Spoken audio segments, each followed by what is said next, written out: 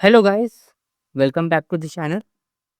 तो आज हम कवर करने वाले हैं डेटा साइंस मेथोडोलॉजी का वन शॉट, जिसमें आपको पूरा चैप्टर कॉन्सेप्ट एग्जांपल क्वेश्चन एक साथ में समझा दूंगा। और अगर आपके बोर्ड्स में एआई के लिए एक सब्जेक्ट है तो आप इस वीडियो को एज अ वन शॉट देख सकते हैं फॉर योर प्रिपरेशन। तो इससे आपका पूरा कॉन्सेप्ट और क्वेश्चन जो भी थ्योरी है वो क्लियर हो जाएगा। तो चलिए बिना किसी देरी के चालू करते हैं।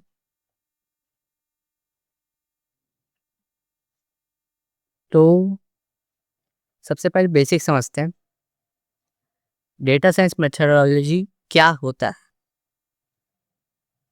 तो डेटा साइंस मेथोडोलॉजी एक स्टेप बाय स्टेप प्रोसेस है जिससे डेटा साइंटिस्ट फॉलो करते हैं प्रॉब्लम सॉल्व करने के लिए। मतलब कि आसान शब्दों में, प्रॉब्लम आया, डेटा यूज़ किया, सोल्यूशन निकाला। ठीक है। तो और ये प्रोसेस जो होता है इटरेटिव होता है, मतलब बार बार इम्प्रूव होते रहता है। तो यहाँ पे देखिए लिखा हुआ है इटरेटिव होता है, मतलब बार बार इम्प्रूव होते रहता है। ठीक है। तो ये जो डेफिनेशन है ये आपको याद कर लेना, एग्जाम पॉइंट ऑफ व्यू से बहुत इंपॉर्टेंट है। Data science methodology is a process with a prescribed sequence of iterative steps that data scientists follow to approach a problem and find a solution. ठीक है। तो अब हमें अपने गोल पे पहुंचने के लिए 5 स्टेप्स लेने होंगे। ठीक है। तो इसमें जो मेन स्टेप्स होता है ये होता है कि आप प्रॉब्लम से अप्रोच तक कैसे पहुंचिएगा, फिर रिक्वायरमेंट से कलेक्शन कैसे पहुंचेगा, अंडरस्टैंडिंग से प्रिपरेशन, मॉडलिंग से इवैल्यूएशन, डिप्लॉयमेंट से फीडबैक। ये सब अभी हम डिस्कस करेंगे डिटेल में। ऐसे आप ऊपर ऊपर से समझ लीजिए कि ये ऐसे 5 स्टेप्स है जो हम अपने गोल तक पहुंचने के लिए यूज करेंगे। ठीक है। तो सबसे पहले आता है कि प्रॉब्लम से अप्रोच तक कैसे पहुंचेंगे। तो यहाँ पे आपको जरूरत पड़ेगी बिजनेस अंडरस्टैंडिंग की। तो यहाँ पे हम जो है प्रॉब्लम समझते हैं बिजनेस का। ठीक है। कि जैसे कि कोई कंपनी है, जैसे टाटा ले लीजिए, या फिर आप Xiaomi ले लीजिए, सैमसंग ले लीजिए, एप्पल ले लीजिए। तो बोलेगा कि ये कंपनी की सेल्स क्यों गिर रही है। ठीक है। तो अब जो रिसर्च टीम है वो देखेगी कि कंपनी की सेल्स गिर रही है, इसका क्या मतलब प्रॉब्लम है, क्या यूजर को सेटिस्फाई नहीं कर पा रहा। तो ये पहले समझना पड़ेगा कि प्रॉब्लम आ कहाँ रहा है। फ़ोन में खराबी है, मार्केटिंग में खराबी है, क्या चीज़ में खराबी है, जो भी है। तो ये स्टेज में जो कंपनी के बड़े-बड़े स्टेक होल्डर्स होते हैं, उनसे बात होती है। वही फिर उसके बाद ऑब्जेक्टिव्स डिफाइन किए जाते हैं कि कस्टमर को क्या गोल है, उसको क्या चाहिए, ये आइडेंटिफाई किया जाता है कि क्या कमी है बिज़नेस में या प्रोडक्ट में, जो भी। उसके बाद इसको सॉल्व करने के लिए सबसे इम्पोर्टेंट यूज़ किया जाता है 5W1H रूल। तो ये क्या चीज़ होता है? तो ये जो होता है, ये होता है W से होता है what, why, when, where, who, और H से हाउ होता है। तो ये जो 6 क्वेश्चंस है, ये आपको पूछना है कि ये जो 6 क्वेश्चंस का आंसर मैं दे पा रहा हूँ या नहीं, नहीं दे पा रहा हूँ, तो इसको देना है। ये आंसर को आप दे पाएँगे तभी आपको समझ आएगा कि आपका प्रॉब्लम का रूट कॉज़ क्या है। तो यही होता है पहला स्टेप बिज़नेस अंडरस्टैंडिंग में। और ये होता है जो अभी हमने बोला कि ये प्रॉब्लम जो ढूँढना, कस्टमर का जो गोल है उसको समझना, इसको हम लोग बोलते हैं प्रॉब्लम स्कोपिंग एंड डिफाइनिंग। ठीक है। तो ये जो है ये basically problem scoping and defining में आता है। और सबसे इम्पोर्टेंट बात है कि अगर आपसे कोई एग्जाम में पूछे कि सबसे टफेस्ट स्टेज क्या होता है, तो बिजनेस अंडरस्टैंडिंग ही टफेस्ट स्टेज होता है आपके कोई भी डेटा साइंस मेथोडोलॉजी के प्रोसेस में। सारे चीज़ों का एक रूट कॉज़ होता है, अगर आप उसको आइडेंटिफ़ाई ही नहीं कर पाओगे, तो आप आगे कैसे बढ़ पाओगे? तो ये जो होता है, ये मेन चीज़ होता है। अगर आप ये समझ नहीं पाए, तो फिर तो काम से क्या बेटा। अब अगला स्टेप है, अब हम डिसाइड करते हैं कि प्रॉब्लम सॉल्व कैसे करेंगे, ठीक है? तो इसके लिए हम लोग लगाते हैं एनालिटिक अप्रोच। तो एनालिटिक अप्रोच क्या होता है कि आपने प्रॉब्लम जो है उसको आइडेंटिफ़ाई कर लिया, ठीक है? प्रॉब्लम आइडेंटिफ़ाई हो गया। अब जो डेटा साइंटिस्ट है, जो भी आपके साथ डेटा साइंटिस्ट है, वो क्या करेंगे कि एक एनालिटिकल अप्रोच, मतलब कि ये प्रीडिफाइंड होता है कि एनालाइज़ करके उसको एक सॉल्व करने का कोशिश करेंगे प्रॉब्लम, ठीक है? तो ये स्टेज में क्या होता है कि थोड़े-मोड़े और क्वेश्चन जो स्टेक होल्डर होते हैं वो पूछते हैं। अपना जो रिक्वायरमेंट होता है कि हाँ, इतना बजट है, इतना बजट में कर दो, या फिर तुम इसी प्रोसेस को फ़ॉलो करके आंसर निकालो, या फिर जो भी होता है वो अपने में डिस्कस करते हैं। तो ये थोड़े-मोड़े क्वेश्चन ये करते हैं, और लास्ट में क्या होता है,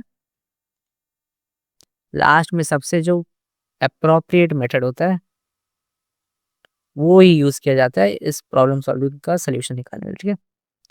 तो इसमें आपको ये जो है 4 टाइप्स पढ़ने पड़ेंगे, ये 4 टाइप्स, ठीक है? तो स्टार्ट करते हैं। सबसे पहले डिस्क्रिप्टिव एनालिटिक्स आपको जानना पड़ेगा कि डिस्क्रिप्टिव एनालिटिक्स क्या होता है, ठीक है? तो ये आपको बताता है कि क्या हुआ, समझ रहे हैं? पास्ट डेटा पे बात करता है कि जैसे कि calculating the average marks of students in an exam और analyzing the last year sale data, मतलब कि जो भी पास्ट डेटा है उसका ट्रेंड समझेगा। चार्ट्स, ग्राफ, स्टैटिस्टिकल मेजर्स, ये जो भी होते हैं, ये आपके डेटा फॉर्म्स होते हैं जो आपको ये सब एनालाइज करने में मदद करते हैं। तो ये चार्ट्स, ग्राफ्स और स्टैटिस्टिकल मेजर्स का यूज़ करके जो आप पास्ट डेटा को समझते हैं, ट्रेंड को, मतलब कि पहले ये ये आदमी चल रहा था, जैसे कि आईपीएल होता है, तो आईपीएल में कैसे यूज़ करते हैं कि हाँ, ये प्लेयर खेल रहा था, ये अभी प्लेयर फॉर्म में है, ये फॉर्म में नहीं है, तो इसको खरीदने से हम लोग को फ़ायदा होगा या नहीं होगा? तो वो हिसाब से, तो ये पास्ट डेटा को यूज़ करके ट्रेंड और पैटर्न को एनालाइज़ करना होता है। तो इसको हम लोग बोलते हैं डिस्क्रिप्टिव एनालिटिक्स, ठीक है? अब तो यहाँ पे अगर आपसे एग्ज़ाम में ये एग्ज़ाम्पल पूछा जाता है कि कोई भी स्टूडेंट्स के एवरेज मार्क्स को हम लोग एनालाइज़ करके लास्ट ईयर का जो उसको मार्क्स आया था, उसको हम लोग एनालाइज़ करके ये बता सकते हैं कि उसको ये साल भी कितना आएगा। अगर वो, मतलब कि ऐसे तो कोई बच्चा एकदम ड्रास्टिकली तो इम्प्रूव नहीं करता है, इम्प्रूवमेंट तो डे बाय डे होता है। तो ये एक बहुत अच्छा एग्जांपल है कि average marks of students in an exam को एनालाइज़ करके हम लोग बता सकते हैं कि जो वो अगले साल क्या इम्प्रूवमेंट कर सकता है, या फिर वो मैक्सिमम कौन से रेंज में ही लाई करेगा। तो ये बड़ा इंपॉर्टेंट चीज़ होता है। अगला है डायग्नोस्टिक एनालिटिक्स। तो ये डिस्कस करता है कि क्यों हुआ। तो मतलब कि ये तो समझ आ गया कि ठीक है, पास्ट डेटा में ये हुआ, मतलब कि आपने समरी दे दिया कि जैसे कि मान लीजिए कि आईपीएल में रिंकू सिंह है, तो रिंकू सिंह पहले 5 छक्का मारा लास्ट ईयर, फिर ये, फिर अच्छा 40 रन पर मैच बनाया, ये बनाया, और फिर आपको देखना है कि क्यों हुआ ये। तो वो जैसे कि जिम किया, खाया-पिया, तो वो एनालाइज़ कर रहा कि हाँ, ठीक है, तो इसको खाना-पीना अच्छा से मिला, इसका डाइट अच्छा से हुआ। तो ये सब इम्पोर्टेंट चीज़ आप एनालाइज़ कर रहे थे, ये सब डायग्नोस्टिक एनालिटिक्स में आता है। डायग्नोस्टिक आपका वर्ड जो होता है, डायग्नोज़, आपने सुना होगा, बायोलॉजी में सुना होगा ये टर्म, डायग्नोज़ किया है कि कोई भी, मतलब कि बॉडी का जो डिज़ीज़ होता है उसको डायग्नोज़ किया जाता है, तो ये वहीं से आया है डायग्नोस्टिक एनालिटिक्स, ठीक है? तो इसमें एक एग्ज़ाम्पल है कि आप कोई भी कंपनी के ड्रॉप में, जो कंपनी सेल्स में ड्रॉप आया है, उसमें जो कस्टमर सर्विस है और प्रोडक्ट क्वालिटी, ये दोनों आपने एनालाइज़ किया कि नहीं? तो ये दोनों एनालाइज़ करना इम्पोर्टेंट है, ताकि पता चल सके कि मुश्किल कहाँ आई और क्या सैटिस्फाई नहीं कर पाया कस्टमर को। सर्विस नहीं कर पाया या फिर आपका जो मेन प्रोडक्ट है वही खराब है, ठीक है? और फिर हम लोग पढ़ते हैं प्रेडिक्टिव एनालिटिक्स। तो प्रेडिक्टिव तो समझ आ ही रहा है वर्ड से कि प्रेडिक्ट करना, तो मतलब कि आगे क्या होगा? तो अब आगे क्या होगा देखते हैं।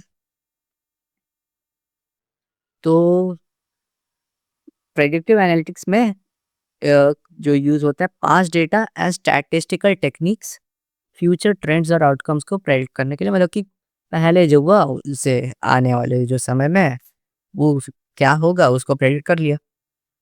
तो ये तो सिंपल है कि फ्यूचर ट्रेंड और आउटकम को हम लोग प्रेडिक्ट करते हैं, प्रेडिक्टिव एनालिटिक्स से बस प्रेडिक्ट करना। प्रेस्क्रिप्टिव एनालिटिक्स क्या होता है? तो प्रेस्क्रिप्टिव एनालिटिक्स में स्ट्रैटेजी बनाई जाती है, ठीक है? कि क्या करना चाहिए, जो बेस्ट एक्शन होता है कि अभी हमें जैसे आप गर्मी का समय होता है तो गर्मी के समय में ही आइसक्रीम बिकता है। अब आप ठंडे के समय में आइसक्रीम तो नहीं बेचोगे, ठंडे के समय में सूप बेचोगे।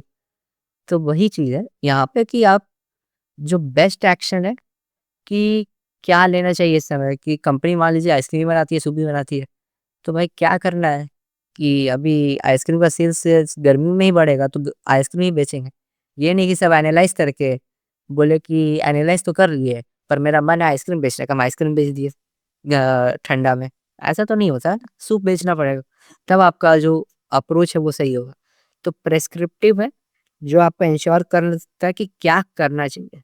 ऐसे नहीं कि आप एनालाइज़ करके छोड़ दिए और जो रिज़ल्ट आया उसके ऊपर आप डिज़ायर्ड उसको फ़ॉलो ही नहीं किया और आपका डिज़ायर्ड आउटकम आ गया। तो डिज़ायर्ड आउटकम लाने के लिए आपका प्रेस्क्रिप्टिव एनालिटिक्स होता है कि मान लीजिए कि प्राइसिंग, मार्केटिंग स्ट्रैटेजीज़ जो भी होता है कि मान लीजिए कि अब दिया है, तो दिया का जो अब सेल्स होगा, कोई कंपनी मान लीजिए दिया बेचना चाह रहा है, तो दिवाली में दिया बिकता है, तो अब आप दिया को आप दिवाली के अलावा तो नहीं बेच सकते, आप कहीं होली में तो नहीं बेचोगे दिया। तो आपको मार्केटिंग किस समय करना है? मार्केटिंग पे पैसा खर्च दिवाली के अराउंड करोगे, होली के अराउंड करके क्या करोगे? आदमी तो भूल जाएगा दिवाली तक। तो समझे? तो यहाँ पे आपको प्रेस्क्रिप्टिव एनालिटिक्स काम आता है कि कहाँ पे मतलब कि पैसा कितना करना है कि दिया ₹1000 का तो नहीं बेच सकते। अगर चाहिए उसको फेस्टिवल में तो इसका मतलब ये थोड़ी कि ₹1000 में बेच देंगे।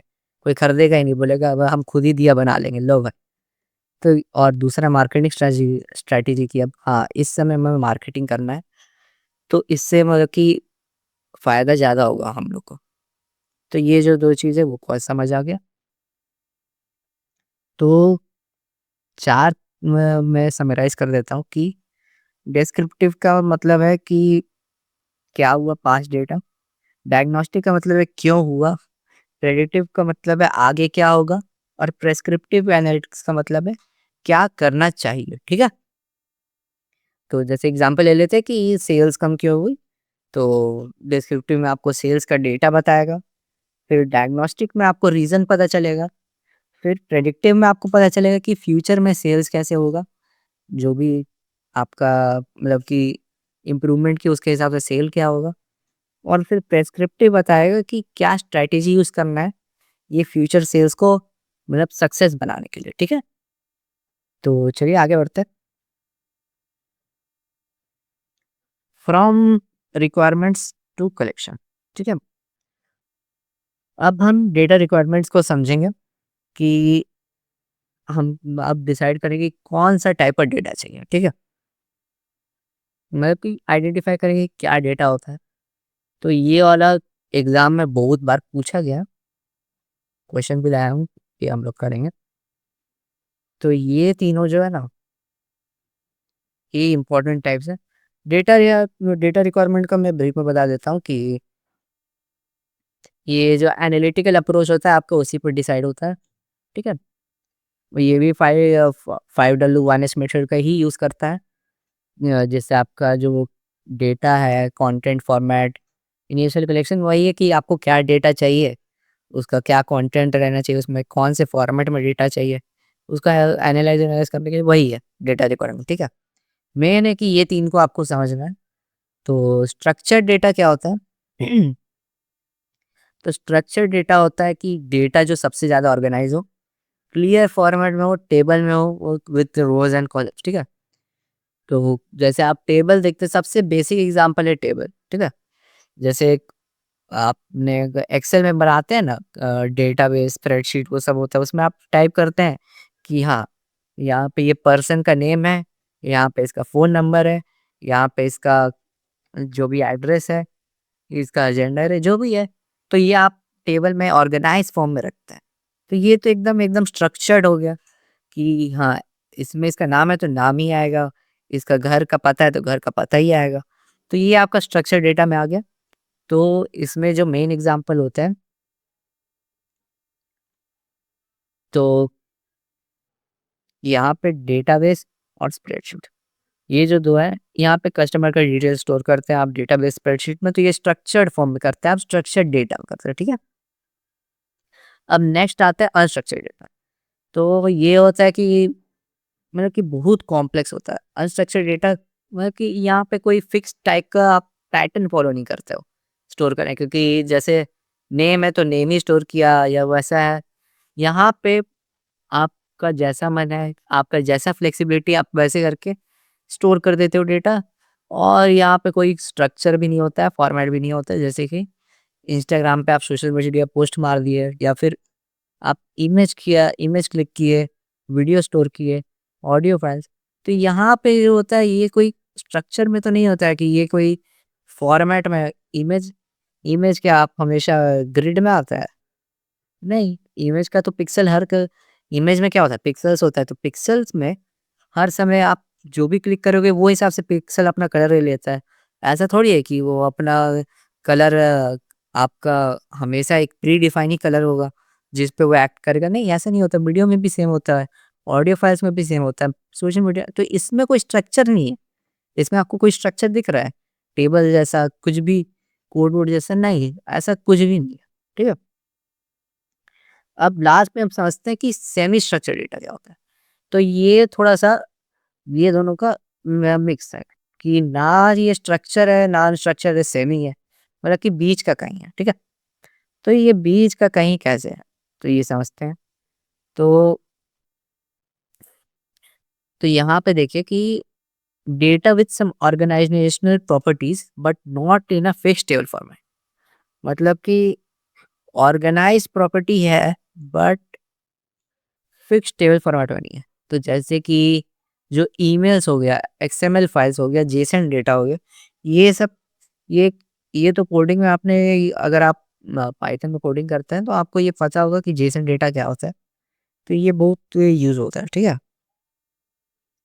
तो ये जो सेमी स्ट्रक्चर्ड डेटा में आते हैं कि आपने मान लीजिए कोई कोड लिखा, मैं कि यूजुअली जो आता है सेमी स्ट्रक्चर्ड डेटा के एग्जांपल्स में कि ये जो होते हैं ये आप पाइथन का कोड लिख दिया आपने मान लीजिए, या फिर जो ईमेल होता है, ईमेल में भी आप एक फॉर्मेट में ही लिखते हैं, पर वो मतलब कि कोई कंप्यूटर स्पेशलाइज्ड फॉर्मेट नहीं है कि टेबल में होगा। मतलब वो फॉर्मेट थोड़ा-मोड़ा कभी-कभी बदल सकता है और ऐसे करके आगे-पीछे हो सकता है। तो एकदम प्री डिफाइंड नहीं है, पर मतलब कि थोड़ा-मोड़ा स्ट्रक्चर टाइप दिखता है। ईमेल्स में होता है, एक्सएमएल फाइल्स में होता है, जेसन डेटा में होता है, ये तो कोड्स है, तो इसमें होता है। तो ये आपको याद रखना है, ठीक है? स्ट्रक्चर, अनस्ट्रक्चर और सेमी स्ट्रक्चर। इनका डेफिनेशन याद कर लीजिएगा कि data organized in a clear format like tables with rows and columns. Unstructured का data with a predefined format और structure, without a predefined sorry with हमें तो स्ट्रक्चर्ड हो जाता है। Data with some organization properties but not in a fixed table format, ठीक है? ये सेमी स्ट्रक्चर्ड होता है। समझ आ गया? तो एक आपको क्लासिक एग्जांपल देते हैं कि इंस्टाग्राम में जो आप इंस्टाग्राम तो आजकल सब यूज़ करते हैं। तो इंस्टाग्राम में क्या होता है जो कस्टमर का डेटा है, वो जो स्टोर होता है स्ट्रक्चर्ड इंस्टाग्राम पोस्ट के द्वारा होता है, पर वो स्ट्रक्चर में कन्वर्ट किया जाता है फ्रॉम अनस्ट्रक्चर्ड डेटा। क्योंकि यूज़र जो है वो अनस्ट्रक्चर्ड डेटा प्रोवाइड करता है, उसको हम लोग स्ट्रक्चर्ड डेटा में कन्वर्ट करते हैं। और बीच में उसको कन्वर्ट करने के लिए सेमी स्ट्रक्चर्ड डेटा का भी मदद लगता है। तो अनस्ट्रक्चर से अगर कोई पूछे कि कन्वर्ट कैसे होता है, तो अनस्ट्रक्चर से सेमी सेमी स्ट्रक्चर जाता है और सेमी स्ट्रक्चर से स्ट्रक्चर्ड डेटा जाता है, ठीक है? ऐसे ही कन्वर्ट होता है मोस्ट ऑफ द केसेस में। तो ये ऐसे पूछेगा तो नहीं एग्ज़ाम में, पर ऐसे फॉर जनरल नॉलेज आपको पता होना चाहिए, ठीक है? अब हम लोग आगे बढ़ते हैं, ठीक है? Data collection. तो अब हम लोग डेटा कलेक्ट करने का बारी आ गया। इसका डेफिनेशन पहले पढ़ लेते हैं। Data collection is the systematic process of gathering observations और measurements. In this stage data requirements are reviewed and decisions are made on whether more or less data is needed. It mainly involves two sources of data collection: primary data source जो और secondary data source, ठीक है? तो इन दोनों का मतलब मैं पहले ऊपर-ऊपर से बताता हूँ, फिर मैं इसको प्रोफेशनली एक्सप्लेन कर दूँगा। कि प्राइमरी डेटा जो होता है, आपने खुद कलेक्ट किया, ठीक है? जैसे कि इंटरव्यू ले लिया आपने किसी का, सर्वे कर लिया, फीडबैक फॉर्म जो भी होता है, तो ये होता है प्राइमरी कि आपने खुद से मेहनत करके आपने जो डेटा है वो कलेक्ट किया, ठीक है? और सेकेंडरी डेटा जो है, वो होता है कि सरकार के द्वारा दी गई है, जैसे data from government website, world bank का डेटा सेट, केवल आपका बहुत अगर आपने स्कूल में फिजिक्स प्रोजेक्ट या फिर बनाया होगा तो उसमें रिसर्च जो करते हैं तो उसमें आप केगल यूज़ किए होंगे। तो ये सब जो होता है सेकेंडरी डेटा सोर्सेज़ है। तो ये जो होता है ये आपने नहीं बनाया है, ये आप खाली यूज़ कर रहे हैं, जो दूसरे ने कलेक्ट किया डेटा, आप इसको अपने जो भी काम है उसमें यूज़ कर रहे हैं। तो बेसिकली इन दोनों का प्राइम डिफरेंस यही है कि ये आपने खुद बनाया है, कलेक्ट किया और ये आपने दूसरों से माँगा है। माँगा नहीं है, यूज़ किया, माँगना तो नहीं पड़ता है। इंटरनेट पे पड़ा हुआ है। तो यहाँ पे ऑब्जर्वेशन, सर्वेज़, एक्सपेरिमेंट्स या इंटरव्यूज़ इससे कलेक्ट होता है। और जहाँ तक बात है इसकी, यहाँ पे आप बुक से ले सकते हो, वेबसाइट से ले सकते हो, डेटाबेसेस से, रिपोर्ट से। तो ये सब जो होता है ये पहले से लिखा हुआ होता है, वेबसाइट पहले से बना होता है, बुक्स पहले से बना होता है, डेटाबेस पहले से बना होता है, रिपोर्ट पहले से बना होता है। तो यहाँ से आप जो होता है इन्फॉर्मेशन एक्सट्रैक्ट करते हो, आप इन्फॉर्मेशन यहाँ से बनाते नहीं हो, ठीक है? तो यहाँ से आप डेटा ले लेते हो डायरेक्ट, ये आपका बनाया हुआ डेटा नहीं है, ये आपका कलेक्ट किया हुआ डेटा नहीं, ठीक है? यहाँ पे मेन डिफरेंस है कि डेटा इसका ऑलरेडी एग्जिस्ट करता है, इसका एग्जिस्ट नहीं करता है। आप डेटा मतलब कि कलेक्ट करते हो थ्रू योर ऑब्जर्वेशन सर्वे, मतलब कि इंटरव्यू में आपको डेटा मिलता है यूज़र से, एक्सपेरिमेंट करते हो तो आपको कुछ नया डेटा निकलता है। तो यहाँ पे आप डेटा मतलब कि क्रिएट कर रहे हो, पर यहाँ पे डेटा ऑलरेडी एग्जिस्ट करता है। तो ये दोनों प्राइम डिफरेंसेस हैं, इसमें ज़्यादा कुछ है नहीं बताने का। तो चलिए आगे बढ़ते हैं। अच्छा हाँ, एक और लाइन कि डेटा कलेक्शन जो होता है वो सिस्टमैटिक गैदरिंग ऑफ डेटा होता है। तो ये आप याद करके रखिएगा जो मैं बोल रहा हूँ। Data collection is a systematic gathering of data. ये मतलब कि एमसीक्यू में एक मार्क 1 मार्कर के तौर पे रख सकता है। ये आप याद करके रखिए, ठीक है? आगे बढ़ते हैं।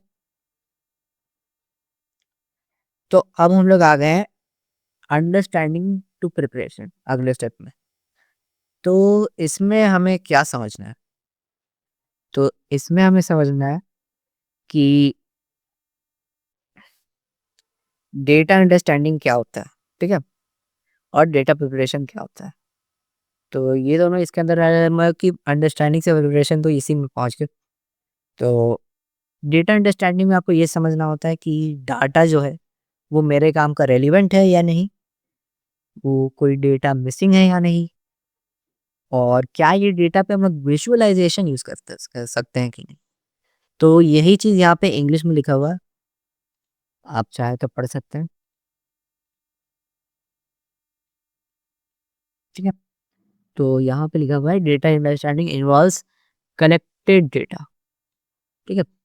तो यहाँ पे कलेक्टेड डेटा का यूज़ करके जो होता है कि प्रॉब्लम जो है रिप्रेजेंट हो रहा है कि नहीं, मतलब कि एग्जामिन करते हैं कि सारा कलेक्टेड डेटा जो प्रॉब्लम है उसको रिप्रेजेंट कर रहा है कि नहीं, कोई बचा तो नहीं है डेटा कि। और फिर अगर कोई डेटा हुआ कि इररिलेवेंट तो नहीं आ कि उसका रेलिवेंस रेलिवेंस है या नहीं प्रोजेक्ट में, ये देखा जाता है। उसका मतलब कि डेटा कंप्लीट है या नहीं, मतलब कि हमको अगर कोई प्रॉब्लम निकालना है, उसको प्रॉब्लम का आंसर निकालने के लिए मेरे पास सारा जो मटेरियल्स है वो है। जैसे कि अगर आप घर में चाय बना रहे हैं, तो चाय में अगर आप के पास मान लीजिए कि चाय पत्ती तो है, फिर पर पानी ही नहीं है या फिर दूध ही नहीं है, तो फिर आप चाय कैसे बना सकते?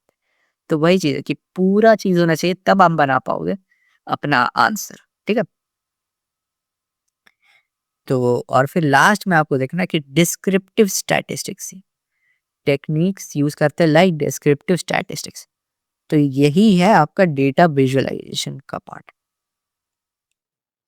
विजुअलाइज़ करके आप समझ सकते हो, ग्राफ्स जो होता है, चार्ट्स होता है, उसको यूज़ करके। ये एक एग्ज़ाम्पल अच्छा खासा दिया हुआ है, हिस्टोग्राम्स।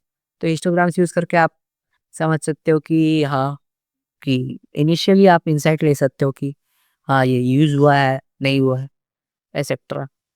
समझ रहे हो? जैसे कि डाटा अंडरस्टैंडिंग होता है कि आपने डेटा जो कलेक्ट किया है, वो आपका प्रॉब्लम से रेलेवेंट है या नहीं है, सिंपल। दूसरा बात, डेटा कंप्लीट है या नहीं है, ठीक है? कंप्लीट से मतलब डायरेक्ट है कि मेरा डेटा में अगर कोई कमी है, तो मेरे को वो कहीं से भी ढूँढ के लाना है, या फिर हम कंप्लीट करेंगे, सिंपल। और उसका सूटेबिलिटी क्या है, ठीक है? मतलब कि ये जो डेटा है, ये मतलब सूट कर रहा है प्रॉब्लम को, मतलब प्रॉब्लम है भी या नहीं है, या फिर बस हम डेटा कलेक्ट करके ऐसे छोड़ दिए कि हाँ, डेटा तो है, मतलब कि रेलेवेंट तो है प्रॉब्लम का, कंप्लीट भी है, पर अगर उससे मतलब कि कुछ निकल ही नहीं रहा आउटकम, मतलब कि सूट ही नहीं कर रहा है, तो फिर क्या होगा? तो वो एक चीज़ हो। तो डेटा अंडरस्टैंडिंग में यही चीज़, 3 चीज़ें, रेलेवेंस, कंप्लीटनेस, सूटेबिलिटी, ये तीनों चीज़ आपको देखना है। तो सिंपल भाषा में डेटा अंडरस्टैंडिंग, वो आपको कलेक्टेड डेटा जो है वो एग्जामिन करना पड़ता है, और प्रॉब्लम को कि वो रिप्रेजेंट कर रहा है कि नहीं। इसमें आपको डेटा का रेलेवेंस, कंप्लीटनेस, सूटेबिलिटी, ये सब चेक करना पड़ता है। और इसमें आप टेक्निक जो यूज़ करते हैं वो है डिस्क्रिप्टिव स्टैटिस्टिक्स या डेटा विजुअलाइजेशन। ये दोनों मैंने आपको बता दिया। आगे पढ़ते हैं डेटा प्रिपरेशन, ठीक है? डेटा प्रिपरेशन क्या होता है? तो इसका हम पहले मैं ऊपर ऊपर से बता देता हूँ कि क्या है डेटा प्रिपरेशन। तो डेटा प्रिपरेशन होता है कि क्लीनिंग जो भी मिसिंग वैल्यूज है या फिर डुप्लीकेट्स है, वो सबको हटा देना, मतलब कि जो भी फालतू का एक्स्ट्रा चीज रिपीट हो रहा है उसको क्यों रखना है, तो उसको हटाना जरूरी है ना। तो इसलिए जो डेटा प्रिपरेशन में आप डेटा को क्लीन करते हैं, मतलब कि जो भी डुप्लीकेट्स है या मिसिंग वैल्यूज है, मिसिंग वैल्यूज को फिल करता है ये, और जो डुप्लीकेट्स है उसको हटाता है, और एरर्स को रेक्टिफाई करता है। तो ये होता है डेटा प्रिपरेशन में। सेकेंडली, आप ट्रांसफॉर्मेशन करते हैं फ्रॉम रॉ डेटा टू, मतलब कि हम प्रिपेयर डेटा टाइप का, मतलब कि डेटा पहले अनरेडी था फॉर प्रेजेंटेशन, पर ये अब रेडी हो जाना चाहिए, मतलब कि डेटा यूज करने के लिए रेडी होना चाहिए। तो प्रिपरेशन वाले स्टेप में डेटा अब रेडी हो जाता है, ठीक है? और इसमें आप क्या करते हैं, जैसे कि आपने एक डेटा मान लीजिए कि एक गांव है, तो आपने वहां से एक डेटा लिया, फिर एक दूसरा गांव, वहां से डेटा लिया। तो ये सारा मान लीजिए आपने 10 गांव से डेटा लिया है, तो वो दसों के डेटा सेट को अब आपको कंबाइन करना है लास्ट में। फिर दसों को आपका जो कंबाइन एनालाइज करना है, तो उसके लिए आपको डेटा प्रिपरेशन में लास्ट स्टेप जो होगा, वो डेटा सेट्स कंबाइन करना होगा, समझे? कंबाइनिंग, देखिए यहाँ पे लिखा हुआ है, combining data from multiple sources, converting into meaningful input variables, ठीक है, समझे? यहाँ पे। और इसमें क्या होता है कि एरर्स आप रिमूव करते हो, डुप्लीकेट्स आप रिमूव करते हो, और मिसिंग वैल्यूज को आप कि हैंडल करते हो, कि मान लो कि एवरेज ही लगा दिया उधर, मतलब कि डेटा फिल मिसिंग वैल्यूज को आप फिल कर देते हो, ठीक है? ये डेटा प्रिपरेशन में होता है। तो इस एक बार इसका डेफिनेशन पढ़ लेते हैं। Data preparation involves organizing and transforming data into a usable form for modeling. It includes cleaning data, removing errors, duplicates, and handling missing values, combining data from multiple sources, and converting it into meaningful input variables. ठीक है? Last में एक ये जो चीज़ है, ये आपको एक ये हाई चांस है कि ये आ जाए आपके 1 मार्कर एमसीक्यू में, फीचर इंजीनियरिंग। तो ये क्या करता है कि न्यू फीचर्स जो होता है, फीचर मतलब क्या होता है कि फीचर इंजीनियरिंग मतलब हम फीचर को इंजीनियर कर रहे हैं। तो ये अगर आप थोड़ा-सा दिमाग लगा के समझे ना, तो ये डायरेक्टली वही बोल रहा है कि न्यू फीचर जो है, हम लोग क्रिएट करके मॉडल परफॉर्मेंस को इम्प्रूव करना चाह रहे हैं। तो ये देखिए वही लिखा होगा, creating new features from raw data to improve performance of machine learning models.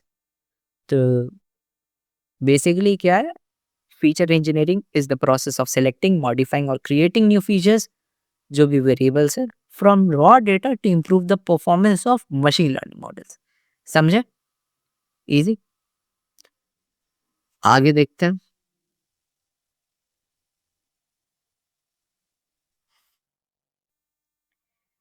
ये है मॉडलिंग से इवैल्यूएशन वाला स्टेप। ठीक है, अब ये वाले स्टेप में क्या होता है कि आप मॉडल बनाते हैं अब। ठीक है, तो अब मॉडल बनाने के दो प्रकार है। ठीक है, डिस्क्रिप्टिव मॉडलिंग और प्रेडिक्टिव मॉडलिंग।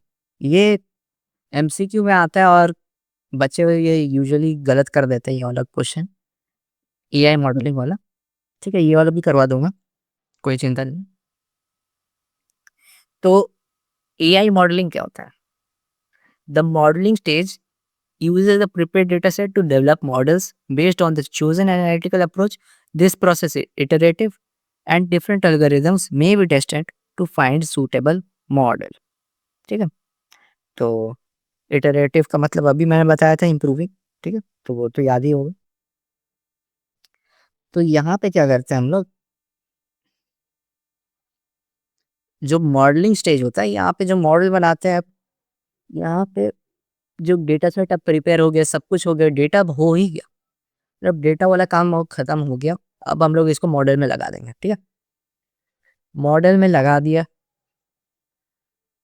जो भी हमने एनालिटिकल अप्रोच किया, जो भी एसेट्रा एसेट्रा किया, मतलब जो भी अभी तक स्टेप किया, वो हमने सब सारे स्टेप्स कंबाइन करके एआई का मॉडल में लगा दिया। ठीक है, अब ये जो मॉडल है इसको टेस्ट करने के लिए हम लोग जो है डिफरेंट एल्गोरिथम्स को यूज़ करेंगे। ठीक है, और जो भी मॉडल बना है, मतलब कि मॉडल बहुत सारे बने होंगे, मतलब कि डिफरेंट टाइप्स ऑफ हम लोग कॉम्बिनेशन यूज़ करके डिफरेंट टाइप्स ऑफ मॉडल्स बनाएंगे। तो और ये सब डिफरेंट, और जो डिफरेंट एल्गोरिथम है, ये एल्गोरिथम्स क्या काम करते हैं, ये प्रॉब्लम का काम करते हैं। ठीक है, तो ये जो प्रॉब्लम है, इससे हम लोग टेस्ट करके सबसे मतलब कि सबसे रिलायबल मॉडल फाइंड करेंगे। ठीक है, तो यहाँ पे क्या लिखा है कि ये जो है प्रिपेयर डेटा सेट को यूज़ करके मॉडल्स डेवलप करता है on the chosen analytical approach अभी समझाया मैंने। तो ये जो प्रोसेस है ये इम्प्रूविंग है, मतलब कि इम्प्रूव होते रहता है मॉडल। जैसे कि मान लीजिए कि पहला बार में 30% एक्यूरेसी था, फिर उसको थोड़ा-थोड़ा मॉडिफाई किया तो 35%, 40%, ऐसे-ऐसे बढ़ के, तो ये इटरेटिव प्रोसेस मतलब इम्प्रूव हो रहा है। ठीक है? अब इसका जो मेन 2 पार्ट्स है डिस्क्रिप्टिव और प्रेडिक्टिव, इसको समझते हैं। ठीक है? तो डिस्क्रिप्टिव मॉडलिंग में क्या होता है कि ये पैटर्न समझता है। ठीक है? बेसिकली इसका डायरेक्ट मीनिंग अगर आपको चाहिए तो वो है कि ये पैटर्न समझता है ये मॉडल। ठीक है, तो इसका मतलब देखिए लिखा हुआ summarises and explains patterns and characteristics of data without making predictions. मतलब जो डिस्क्रिप्टिव मॉडलिंग है उसमें जो पैटर्न्स है उसको समराइज करके एक्सप्लेन करना, उसके कैरेक्टरिस्टिक्स ऑफ डेटा को विदाउट यूजिंग प्रेडिक्शन। मतलब कि जो भी आपका पैटर्न, जो भी पैटर्न्स आपका बन रहा है मतलब कि ये डेटा जो है आप उसको कोई पैटर्न में अरेंज किया हो, तो वो पैटर्न को यूज़ करके वो डेटा क्या निकलेगा, जैसे कि आपने अ, मान लीजिए कि ये कैसे बताऊँ? हाँ, तो देखिए, तो जैसे आपने मान लीजिए कि एक डेटा सेट में मान लीजिए एक कैरेक्टरिस्टिक 70% भर दिया और एक कैरेक्टरिस्टिक 30% भरा, ठीक है ना? तो जो 70% वाला है उसका ज़्यादा मतलब कि वेटेज होगा। आपके जो भी मतलब कि प्रेडिक्शन है उसमें 70% वाला डेटा ज़्यादा इफ़ेक्ट करेगा, क्योंकि वो ज़्यादा मात्रा में है। तो यही चीज़ है जो डिस्क्रिप्टिव मॉडलिंग करता है, ठीक है?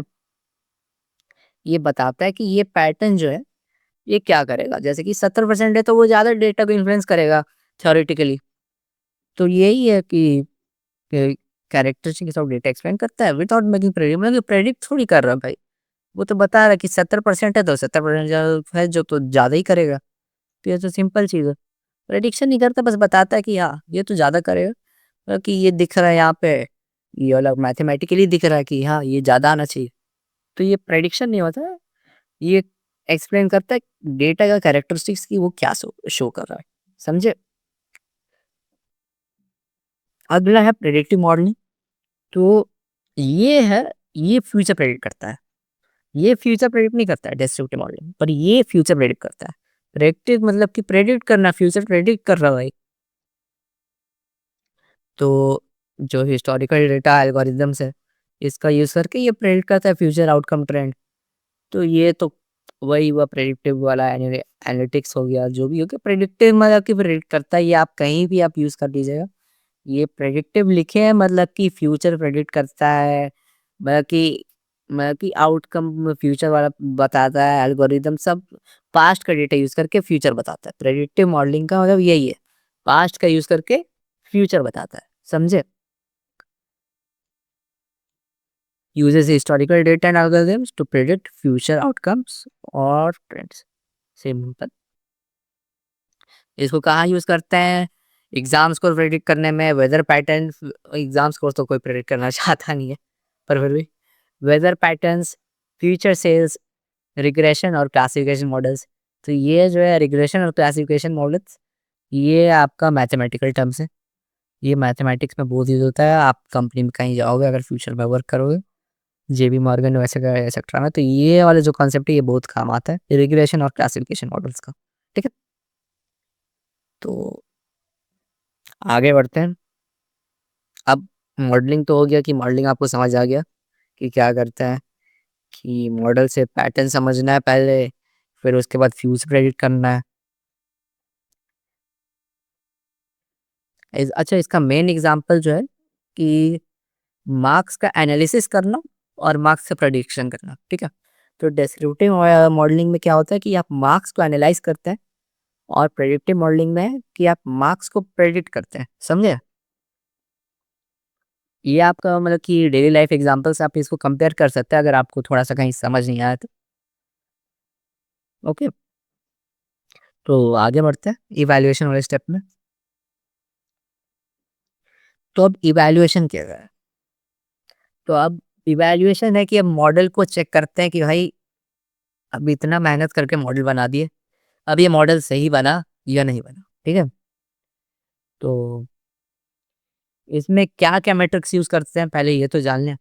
कि इवैल्यूएट कर रहे हैं तो कोई चीज़ पे तो इवैल्यूएट करेंगे ना, जैसे कि टीचर मार्क्स देता है तो की पॉइंट्स लिखने पे मार्क्स देता है एग्जाम में।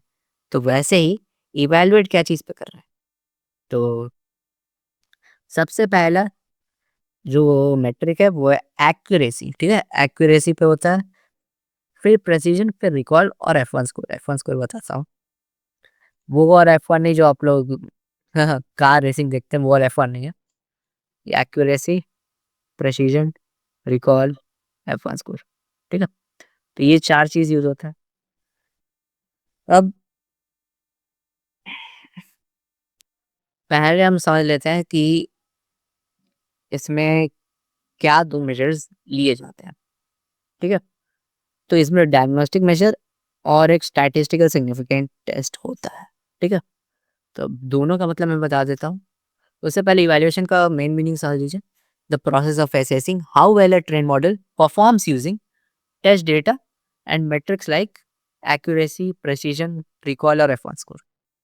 मतलब कि हम कैसे असेस करते हैं कि ट्रेन मॉडल जो है टेस्ट डेटा पे कितना अच्छा परफॉर्म कर रहा है यूजिंग एक्यूरेसी, प्रिसिजन, रिकॉल और एफ1 स्कोर, ये चारों पैरामीटर्स यूज करके। सिंपल।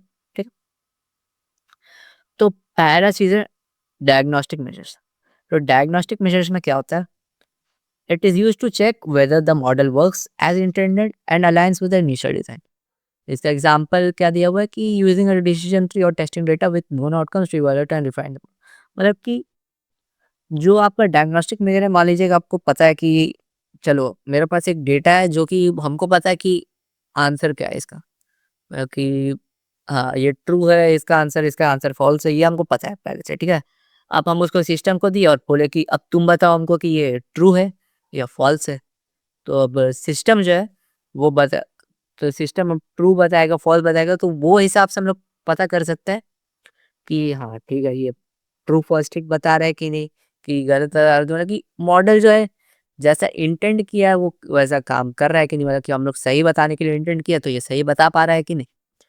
तो ये चीज़ मालूम करना बड़ा इम्पोर्टेंट चीज़ हो जाता है, समझे? तो ये बड़ा ये तो इसी को यूज़ करके हम लोग रिफाइन भी करते हैं मॉडल की। हाँ, चलो यहाँ पे गलत बता रहा है तो ये वाला पैरामीटर थोड़ा-सा ठीक करते हैं।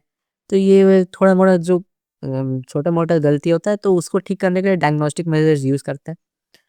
फिर आता है स्टैटिस्टिकल सिग्निफिकेंस टेस्ट। तो ये क्या होता है भाई?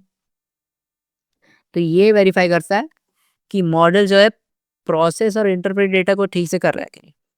अब जैसे कि अम, जो डेटा है वो आपका मॉडल प्रोसेस ही नहीं कर रहा है।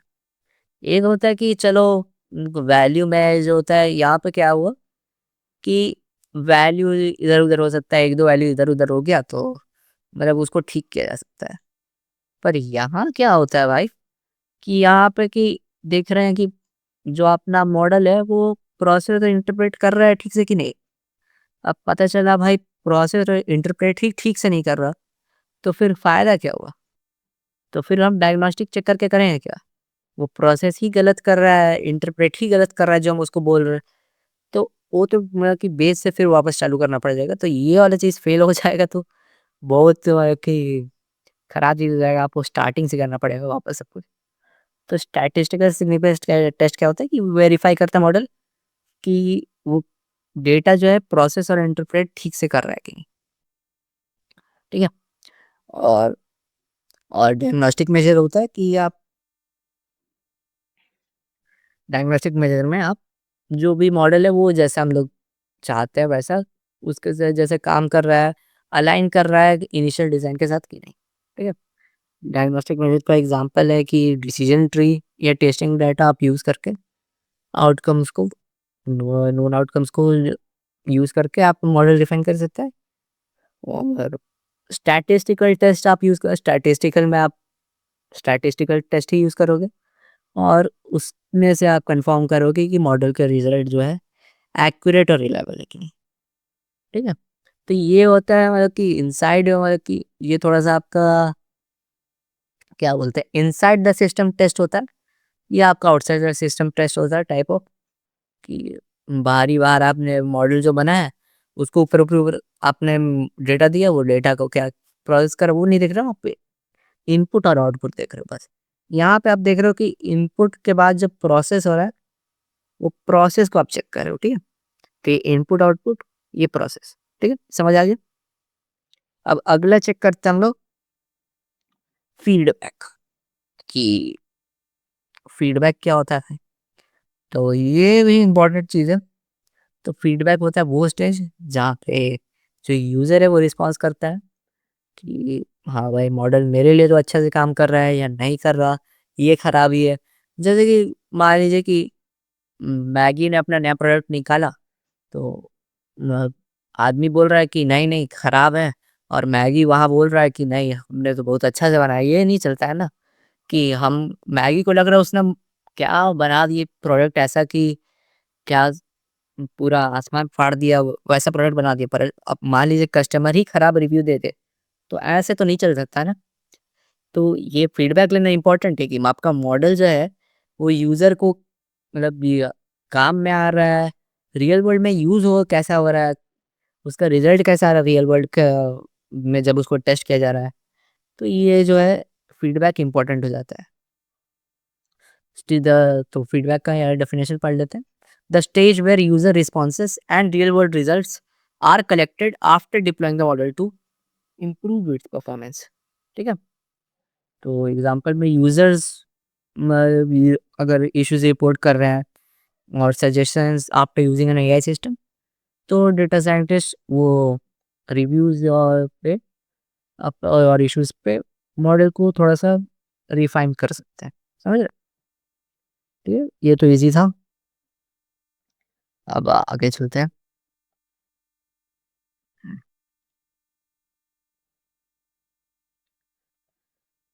अब आखिरी स्टेप आ गया डिप्लॉयमेंट टू फीडबैक।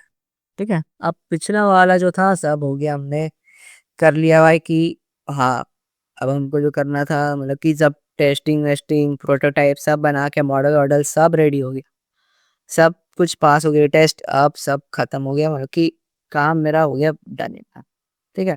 प्रोटोटाइप बनाया, प्रोटोटाइप का फीडबैक ले लिया। अब डिप्लॉयमेंट वाला स्टेज पहुँच गए। ठीक है? अब डिप्लॉयमेंट वाले स्टेज में क्या होगा? यहाँ पे मॉडल रियल वर्ल्ड में यूज़ होना चालू हो जाता है आपका। जैसे ऐप बनाया, ऐप लॉन्च कर दिया आपने और या कहीं प्ले स्टोर पे लॉन्च कर दिया, माइक्रोसॉफ्ट स्टोर पे कहीं पे भी आपने लॉन्च कर दिया। ठीक है?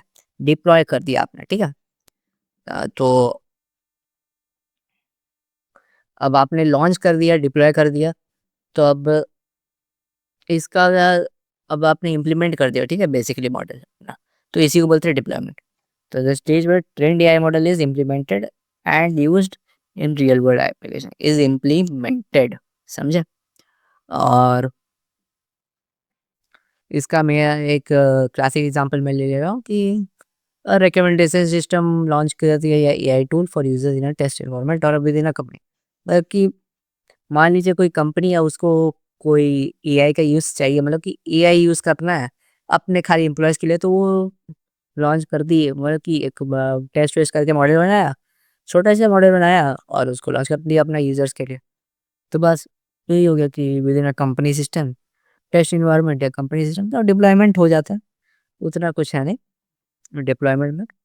फीडबैक वही सेम चीज़ अभी जो मैंने बताया, response and real world result are collected. तो ये फीडबैक तो आपको पिछले स्लाइड में बता दिया, तो इसको बताने का ज़रूरत नहीं है। ठीक है? अब आते हैं, ये सब कुछ हो गया। ठीक है? तो फीडबैक ले लिया आपने, मॉडल इम्प्रूव कर लिया, सब कुछ कर लिया, रिकमेंडेशन सिस्टम ये सब सब हो गया। ठीक है? अब हो गया मॉडल वैलिडेशन। ये है थोड़ा-सा टेक्निकल बोलते हैं। वो अभी तक जो भी बात की हमने पीछे, वो हो गया आपका from a business view of perspective आप बोल सकते हो कि कैसे आप मॉडल को आप रेडी कर सकते हो। जो भी आपका जो भी आपका डाटा मेथोडोलॉजी है, वो आप समझो। तो जो भी आप डेटा को मेथोडोलॉजी यूज़ किए हो, इसमें ये यूज़ करके आप जो भी अपना डेटा साइंस का यूज़ करके आउटपुट निकलवाया वो हो गया। पर अब हम लोग थोड़ा-सा डिफरेंट ट्रैक पे आ गए हैं, मॉडल वैलिडेशन। ठीक है? तो मॉडल वैलिडेशन में क्या होता है कि सिंपल है, इसमें हम काम करते हैं कि मॉडल का क्वालिटी, अब मान लीजिए मॉडल लॉन्च हो गया, अब उसके बाद आपको थोड़ा-मोड़ा तो ऐसा तो नहीं है कि आप मॉडल को ऐसे ही छोड़ दोगे। अब आपको अपना प्रॉफिट्स इंक्रीज़ करना है, तो आप मॉडल को भी एनहांस करोगे। तो मॉडल वैलिडेशन में आपको enhancing the model quality, error जो छोटा-मोटा है उसको रिड्यूस करना है, तो रिड्यूस रिस्क ऑफ एरर्स और prevents the model from under fitting and over fitting. ठीक है? अंडर फिटिंग और ओवर फिटिंग क्या होता है? तो मतलब कि अंडर फिटिंग है कि मतलब कि जो है मतलब कि अंडर फिटिंग और ओवर फिटिंग आप ऐसे देख सकते हो कि जो मॉडल है वो सही को मतलब कि वो ज़्यादा ही मतलब कि बता दे रहा है कि जो उसको ट्रेन किया गया, जैसे चैट जीपीटी हम बता दे रहे, तो चैट जीपीटी से अगर आप पूछें कि डोरेमोन क्या होता है, ठीक है, क्लासिक बता दे रहे कार्टून, तो डोरेमोन में क्या होता है, तो वो हो गया बताने लगा कि डोरेमोन बताने लगा, डोरेमोन बताते-बताते वो बता दिया कि शिनचैन भी बता दिया, फिर शिनचैन भी बताते-बताते वो कहा म मान लीजिए और भी बता दिया, छोटा भीम बता दिया। तो ये तो भाई सब कुछ भी बता दे रहा है भाई, हम पूछे खाली डोरेमोन और वो बता दे रहा है कि छोटा भीम भी बता दे रहा, ये शिनचैन भी बता दे रहा, तो ये हो गया ओवरफिटिंग का केस, समझे? कि जितना चाहिए उससे ज़्यादा वो बता दे रहा पर उतना रिक्वायर्ड नहीं है, समझे? और अंडर फिटिंग क्या हुआ? सेम क्वेश्चन पूछा कि डोरेमोन के बारे में बताओ, तो वो बोला कि डोरेमोन एक कार्टून है बस। अरे डोरेमोन कार्टून है ठीक है, थोड़ा आगे भी बता दो, थोड़ा-सा उसको डिस्क्राइब करो कि डोरेमोन में नोबिता है, शिज़ुका है, डोरेमोन एक रोबोट है वो 21 सेंचुरी, तो ये तो बताया ही नहीं। तो ये हो गया अंडर फिटिंग वाला केस और ओवर फिटिंग वो कुछ ज़्यादा ही बता दिया, अंडर फिटिंग कम बता दिया। तो मॉडल वैलिडेशन यही होता है कि आप ना ज़्यादा वैल्यूज़ बता मतलब कि ज़्यादा बढ़ा-चढ़ा के वैल्यू बता दें या एकदम ही कम वैल्यू बता दें। तो एकदम आपको एक्यूरेट वैल्यू बताएँ, तो ये मॉडल वैलिडेशन मतलब इंश्योर करता है, ठीक है? और मॉडल वैलिडेशन का डेफिनेशन क्या होता है कि process of checking the accuracy and reliability of a trained model using test data to ensure it works well on new unseen data, ठीक है? तो एग्जाम्पल है splitting a data set into training and testing sets to evaluate how accurately the model predicts results, ठीक है? जैसे कि एक data set को ही आपने क्या किया कि स्प्लिट कर दिया, जैसे कि मान लीजिए आपका डेटा सेट है, ठीक है? ये आपका डेटा सेट है, ठीक है? अब आपको इसमें आप इसमें 1, 2, 3, 4 भाग कर दिए और आपने ये 3 को एक साइड रखा और ये 2 को। तो इसको आपने यूज़ करके ट्रेन कर दिया, ठीक है? ये 3 को यूज़ करके ट्रेन कर दिया। अब ये 2 यूज़ कर दिया टेस्ट करने के लिए।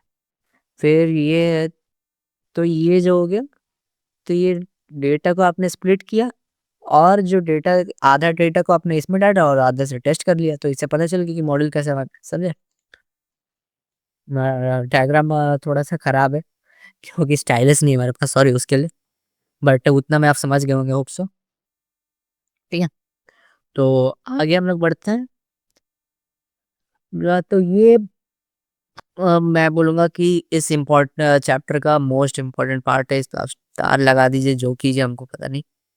पर मेरे हिसाब से ये सबसे इम्पोर्टेंट है, इसके ऊपर एक क्वेश्चन तो बनता है एग्ज़ाम में, ठीक है? तो ट्रेन टेस्ट स्प्लिट, तो ये क्या होता है? तो ट्रेन का मतलब क्या होता है? ट्रेन का मतलब वो तो रेलवे वाला ट्रेन नहीं मतलब कि ट्रेन जो होता है कि ट्रेनिंग होता है, कोई भी चीज़ होता है, कोई भी कमांडो होता है उसको आप ट्रेन करते हो और टेस्ट होता है कि आप एग्ज़ाम में टेस्ट देते हो। तो ये तो आपको समझ आ गया होगी ट्रेन और टेस्ट क्या होता है। तो ट्रेन, टेस्ट, स्प्लिट क्या होता है? तो तीनों का मैं स्प्लिट मतलब कि मैं कोई चीज़ को आपने 2 भागों में 3 भागों में स्प्लिट कर दिया, ठीक है? तो स्प्लिट ऐसे 2 चीज़ों में ही होता है मतलब जनरल मानते हैं, ठीक है? तो ट्रेन, टेस्ट, स्प्लिट क्या होता है? तो train test split is a validation technique where a data set is divided into two parts, one for training the model and other for testing its performance, ठीक है? तो यहाँ पे क्या होता है कि आप अ, इसको ट्रेन टेस्ट स्प्लिट में आप क्या करते हो कि आपने एक डेटा सेट लिया, ठीक है? उसको 2 भाग में बाँट दिया, एक ट्रेनिंग पार्ट में जिसको आप मॉडल को ट्रेन किया वो डेटा सेट से और दूसरे पार्ट में आप वही मॉडल को मतलब कि वही डेटा सेट का थोड़ा-सा पार्ट आपने यूज़ किया, उससे आपने टेस्ट कर दिया। तो यही हो गया। तो यहाँ पे लिखा क्या हुआ है देखिए समझिए। Train data set used to fit the machine learning model, ठीक है? Used to fit the machine learning model, ठीक है।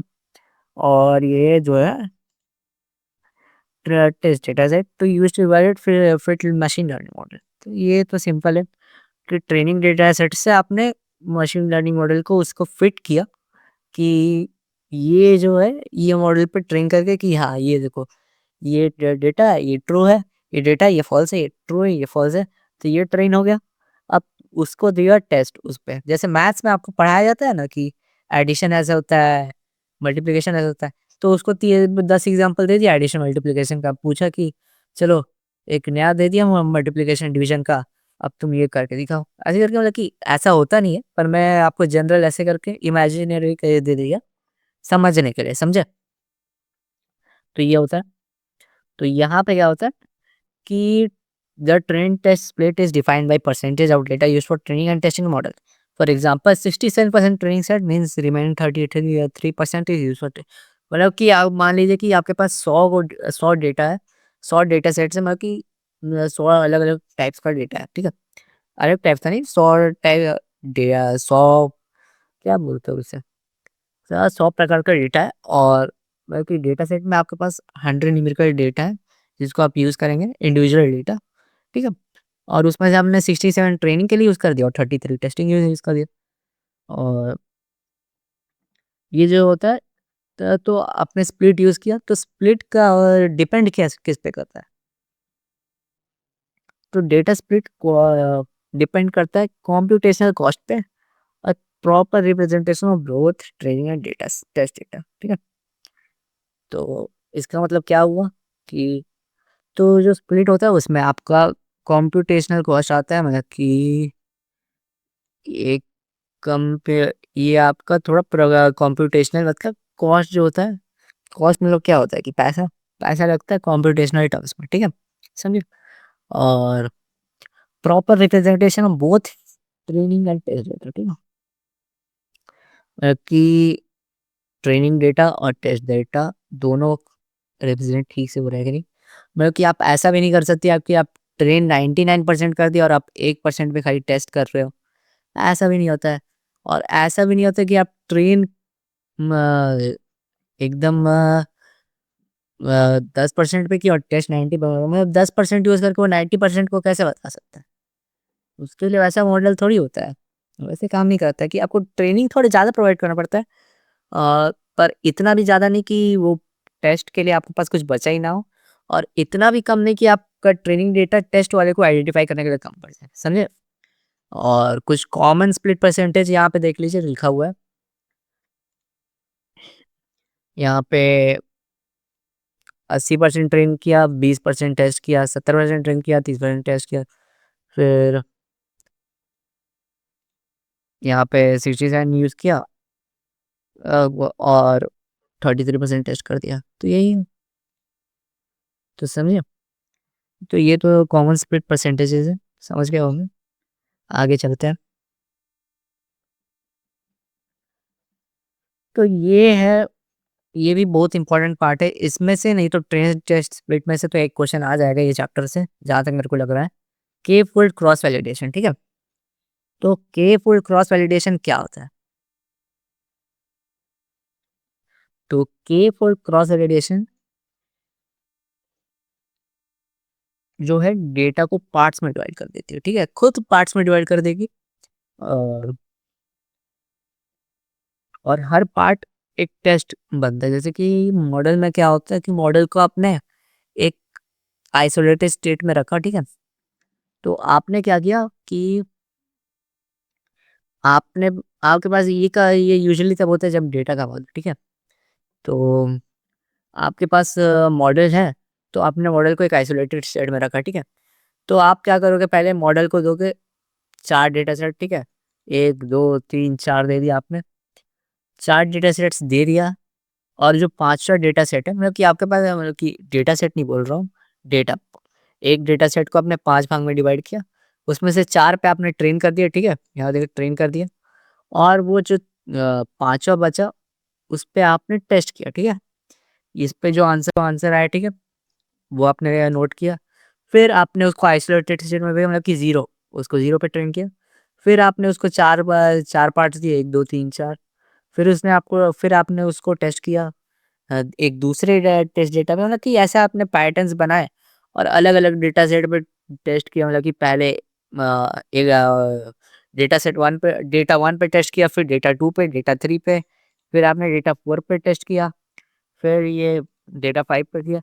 तो ये पाँचों डेटा सेट से वैलिडेशन लिया, चारों पे ट्रेन करके, तो फिर बोला कि हाँ, चलो मॉडल एकदम वैलिडेशन ठीक हो रहा है। तो इसको क्या बोलते हैं हम लोग? Cross validation. इस प्रोसेस को क्या बोलते हैं?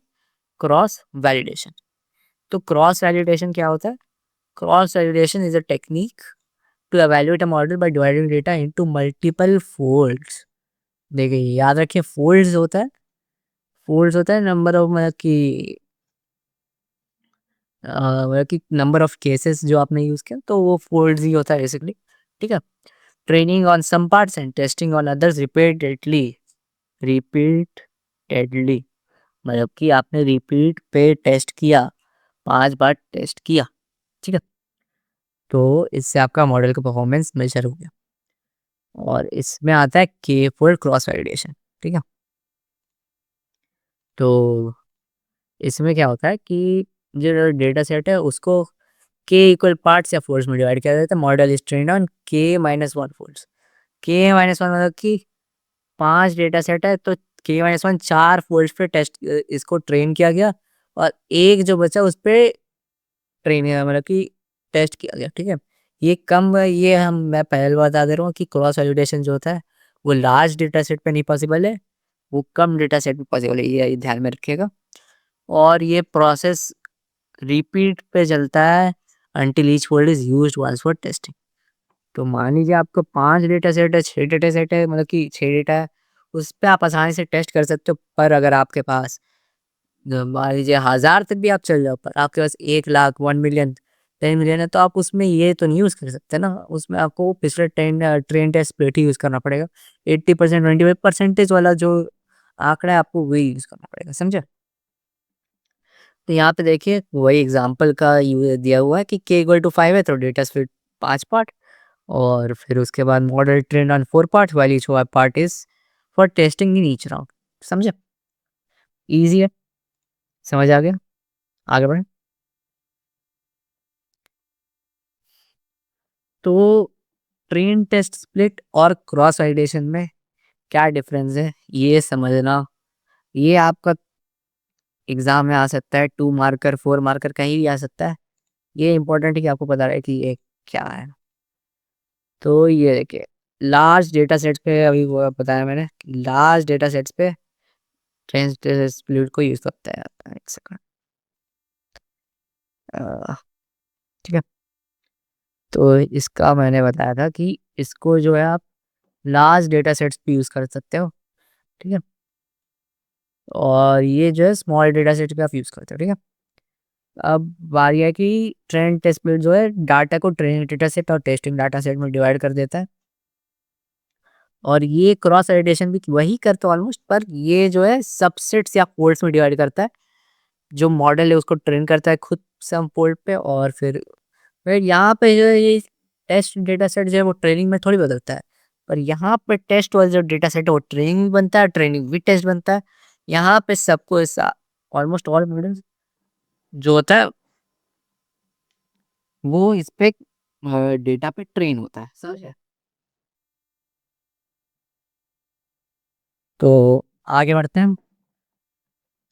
तो यहाँ पे क्या है, ये आपको समझ आ गया। आगे है कि clear demarcation on training data and testing data और every data point at some stage could be either testing. मतलब कि यहाँ पे क्लियरली बता दिया गया है कि ट्रेनिंग क्या है, टेस्टिंग क्या है, ठीक है? और यहाँ पे बता दिया गया है कि ई यहाँ पे आपका कुछ भी हो सकता है, टेस्टिंग डेटा ट्रेनिंग डेटा भी बन सकता है, ट्रेनिंग डेटा टेस्टिंग डेटा भी बन सकता है। तो ये मतलब कि इसमें सारा चीज़ होता है, पर इसमें एक ही केस होता है कि आप ट्रेनिंग हो तो ट्रेनिंग हो, नहीं तो टेस्टिंग हो तो टेस्टिंग। ठीक है, समझ इसका है? ईज़ी। एग्ज़ाम में आएगा तो लिख दो सर। ओके, तो difference between train test split और क्रॉस वैलिडेशन हो गया। ठीक है, आगे बढ़ते हैं। तो अब हम लोग बढ़ते हैं मॉडल परफॉर्मेंस इवैल्यूएशन मैट्रिक्स पे, ठीक है। तो यहाँ पे आपको समझना है कन्फ्यूजन मैट्रिक्स। तो कन्फ्यूजन मैट्रिक्स देख के कन्फ्यूज नहीं होना। तो ये सिंपल टेबल है, इसको ज़्यादा मैं ये डिटेल में एक्सप्लेन नहीं करूँगा, डिटेल में करने से बच्चे ज़्यादा कन्फ्यूज होते हैं। आपको डायरेक्ट समझना है कि कन्फ्यूजिंग मैट्रिक्स टेबल है जिसको प्रेडिक्टेड रिजल्ट मतलब कि कंपैरिजन के लिए यूज़ करते हैं, ठीक है। कंपैरिजन किसको कंपेयर करते हैं? प्रेडिक्टेड रिजल्ट को एक्चुअल आउटकम से, ठीक है, ठीक है। तो ये इसका क्लासिक एग्जांपल है, बाइनरी क्लासिफिकेशन में इसका येस नो में यूज़ होता है, true positive, true negative, false positive, false negative. तो ये चारों में बच्चे बहुत कंफ्यूज हो जाते हैं कि true positive, true negative, false positive, false negative मतलब क्या सही है, क्या गलत है, ठीक है। तो सबसे पहले आपको समझना है कि ट्रू मतलब कि मॉडल सही बोल रहा, ठीक है। ट्रू मतलब है मॉडल सही बोल रहा है, फॉल्स मतलब है मॉडल गलत बोल रहा है। अब बाकी पॉजिटिव नेगेटिव से आपको फ़र्क नहीं पड़ना चाहिए। क्यों नहीं पड़ना चाहिए मैं बताता हूँ। ट्रू मतलब है कि मॉडल सही बोल रहा है, ठीक है। अब बाकी वो सही बोला मतलब कि वो सही को सही बोला, गलत को गलत बोला, उससे आपको क्या फ़र्क पड़ रहा है? अब मान लीजिए कि ये आपका एक कार्टेशियन प्लेट, तो यहाँ पे पॉजिटिव वैल्यूज़ होगा, यहाँ पे नेगेटिव वैल्यूज़ होगा वाई एक्सिस के रिप्रेजेंटेटिव में। तो यहाँ पे अगर मॉडल को आप पूछोगे कि यहाँ पे पॉजिटिव है, तो बोला हाँ पॉजिटिव है, तो ठीक है। यहाँ पे आप पूछे क्या है? वो नेगेटिव है, ठीक है, सही बोला, बस। तो यहाँ पे आपको देखने की ज़रूरत नहीं है। तो आंसर जो है यहाँ पे येस था, तो पॉजिटिव क्या हुआ? ट्रू पॉजिटिव क्या हुआ? मॉडल सही था और बोला आंसर येस था, तो बोला भी येस, तो रिज़ल्ट भी येस आ गया, सिंपल। नेगेटिव था, बोला कि मॉडल कि नहीं आंसर तो गलत है और आंसर था भी मतलब कि गलत नहीं, नो था। तो नो जो है, नो बोला और आंसर नो में लाई किया, तो ठीक है, मॉडल सही बोला। और फॉल्स है मतलब मॉडल गलत बोला, मतलब कि मॉडल क्या वो बोला होगा, मतलब यहाँ पे पॉजिटिव मतलब कि आंसर होगा प्लस पॉजिटिव मतलब सही, यस होगा आंसर। पर मॉडल क्या बोल दिया? मॉडल बोल दिया कि नहीं भाई ये नेगेटिव है, यानी कि फॉल्स है। तो मॉडल को लगा कि नो है आंसर, सॉरी, मॉडल ने पॉजिटिव पॉजिटिव सॉरी मेरे से थोड़ा सा बोलने में गलती हुई कि पॉजिटिव जो है ये समझिए आप, ये समझना थोड़ा ज़रूरी है कि मॉडल जो है वो गलत प्रेडिक्ट किया कि पॉजिटिव है, मॉडल प्रेडिक्ट किया कि गलत पॉजिटिव है, मतलब कि गलत वो प्रेडिक्ट किया कि आंसर प्रेडिक्ट किया कि सही है, पर वो था गलत। मॉडल गलत प्रेडिक्ट किया कि वो आंसर सही है, पॉजिटिव है। और यहाँ पे फॉल्स नेगेटिव में मॉडल गलत प्रेडिक्ट किया कि वो मॉडल नेगेटिव है, मतलब कि गलत है, मतलब कि वो ये प्रेडिक्ट किया कि ये आंसर नेगेटिव है पर असल में था पॉजिटिव। तो model predicted no but actual result was yes, model predicted yes but actual result was no. तो ये चारों को आपको समझना चाहिए। ये टेबल को देखिए कि यहाँ पे क्या है, positive negative, true positive, true negative, यहाँ पे क्लासीफाई किया हुआ है अच्छा से, ठीक है। कि यहाँ पे क्लासीफाई किया कि पॉजिटिव नेगेटिव, ट्रू पॉजिटिव क्या है कि पॉजिटिव ही होगा। ये देखिए यहाँ पे लिखा है कि पॉजिटिव है, मतलब कि आंसर भी पॉजिटिव है, बोला भी पॉजिटिव। यहाँ पे यहाँ पे बोला कि नेगेटिव आंसर, बोला भी नेगेटिव। तो यहाँ पे बोला ट्रू नेगेटिव, यहाँ बोला ट्रू पॉजिटिव, तो ये दोनों हो गया। यहाँ पे बोला कि आंसर जो है वो पॉजिटिव है पर था नेगेटिव, यहाँ पे बोला कि आंसर जो है वो है पॉजिटिव बट था नेगेटिव, तो फॉल्स फॉल्स, समझे। ज़्यादा जो नहीं है, ये ट्रू और फॉल्स वाला अगर आप समझ गए कि ट्रू में मॉडल सही है, फॉल्स में मॉडल गलत है, तो ज़्यादा कुछ इसमें समझने का है नहीं दिक्कत, ठीक है। अब हम लोग समझते हैं कि precision recall F1 score accuracy क्या होता है। तो प्रेसिजन में क्या होता है कि प्रेसिजन में होता है predictive positives that are actual, मतलब कि आपको पता करना है कि भाई जितना भी मॉडल, मान लीजिए कि एक फैक्ट्री है, डॉल का फैक्ट्री है, उसमें उसको पता करना है कि अम, उसका जो मशीन है वो खराब डॉल को छाँट रहा है और अच्छा डॉल को पास होने दे रहा है, ठीक है? तो खराब डॉल से तो उसको मतलब नहीं है। खराब डॉल तो वो मतलब कि छाँट रहा है, उससे उसको कोई फ़र्क नहीं पड़ता है। उसको फ़र्क पड़ता है कि उसका जो मतलब कि न अब खराब डॉल कैसा भी हो, उससे आपको उसको फ़र्क पड़ेगा कि वो अच्छा हो, खराब हो, वो छँट रहा है बस वही काफ़ी है। पर आपको चाहिए कि जो आपका डॉल अच्छा है वो नहीं छँटना चाहिए। तो उसमें क्या है कि जो उसका अच्छा वाला डॉल है, प्रेडिक्टिव पॉज़िटिव और एक्चुअली पॉज़िटिव, समझ रहे हो? तो ये जो है कि कोई खराब वाला माल तो नहीं छँट जा मतलब कि कोई अच्छा वाला माल तो नहीं छँट जा रहा। अच्छा वाला उसका कोई मटेरियल तो नहीं छँट जा रहा है प्रोसेस में। तो इसमें आप क्या करते हो, ट्रू पॉज़िटिव ट्रू पॉज़िटिव मतलब कि मशीन सही बोला divided by true positive plus false positive, मतलब कि मशीन सही बोला डिवाइडेड बाय मशीन जो सही बोला प्लस मशीन जो गलत बोला, वो सब आइटम के लिए जो सही था, समझे? मशीन सही बोला सही आइटम को, डिवाइडेड बाय मशीन सही बोला सही आइटम प्लस मशीन गलत बोला सही आइटम को। मतलब कि सिंपल भाषा में अगर आप पिछला वाला कॉन्सेप्ट समझ गए हो तो true positive plus false negative प सॉरी क्या बोल रहा हूँ?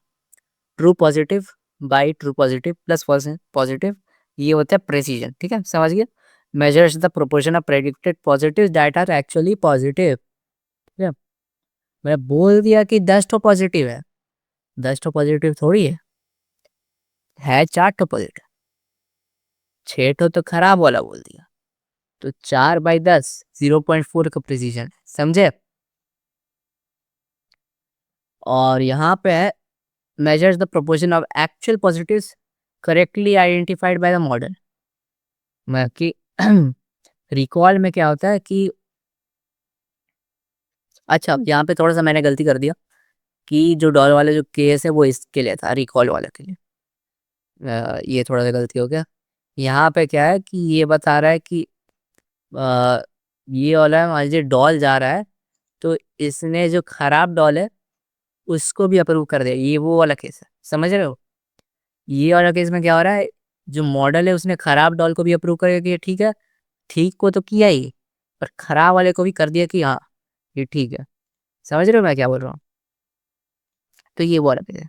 जो मैंने केस बोला कि अ, ठीक है मतलब कि खराब वाले को खराब बोला, सही वाले को सही बोला, एकदम ठीक मतलब कि एक्चुअल पॉजिटिव मतलब कि हुँ, actual positives correctly identified by the model. तो यहाँ पे थोड़ा-सा ये दिमाग वाला चीज़ है कि एक तो उसने किया कि चलो ये वाला डॉल ठीक है, इसको जाने देते हैं, ठीक है? तो पर एक ऐसा डॉल है जो फ़ॉल्स है, ठीक है?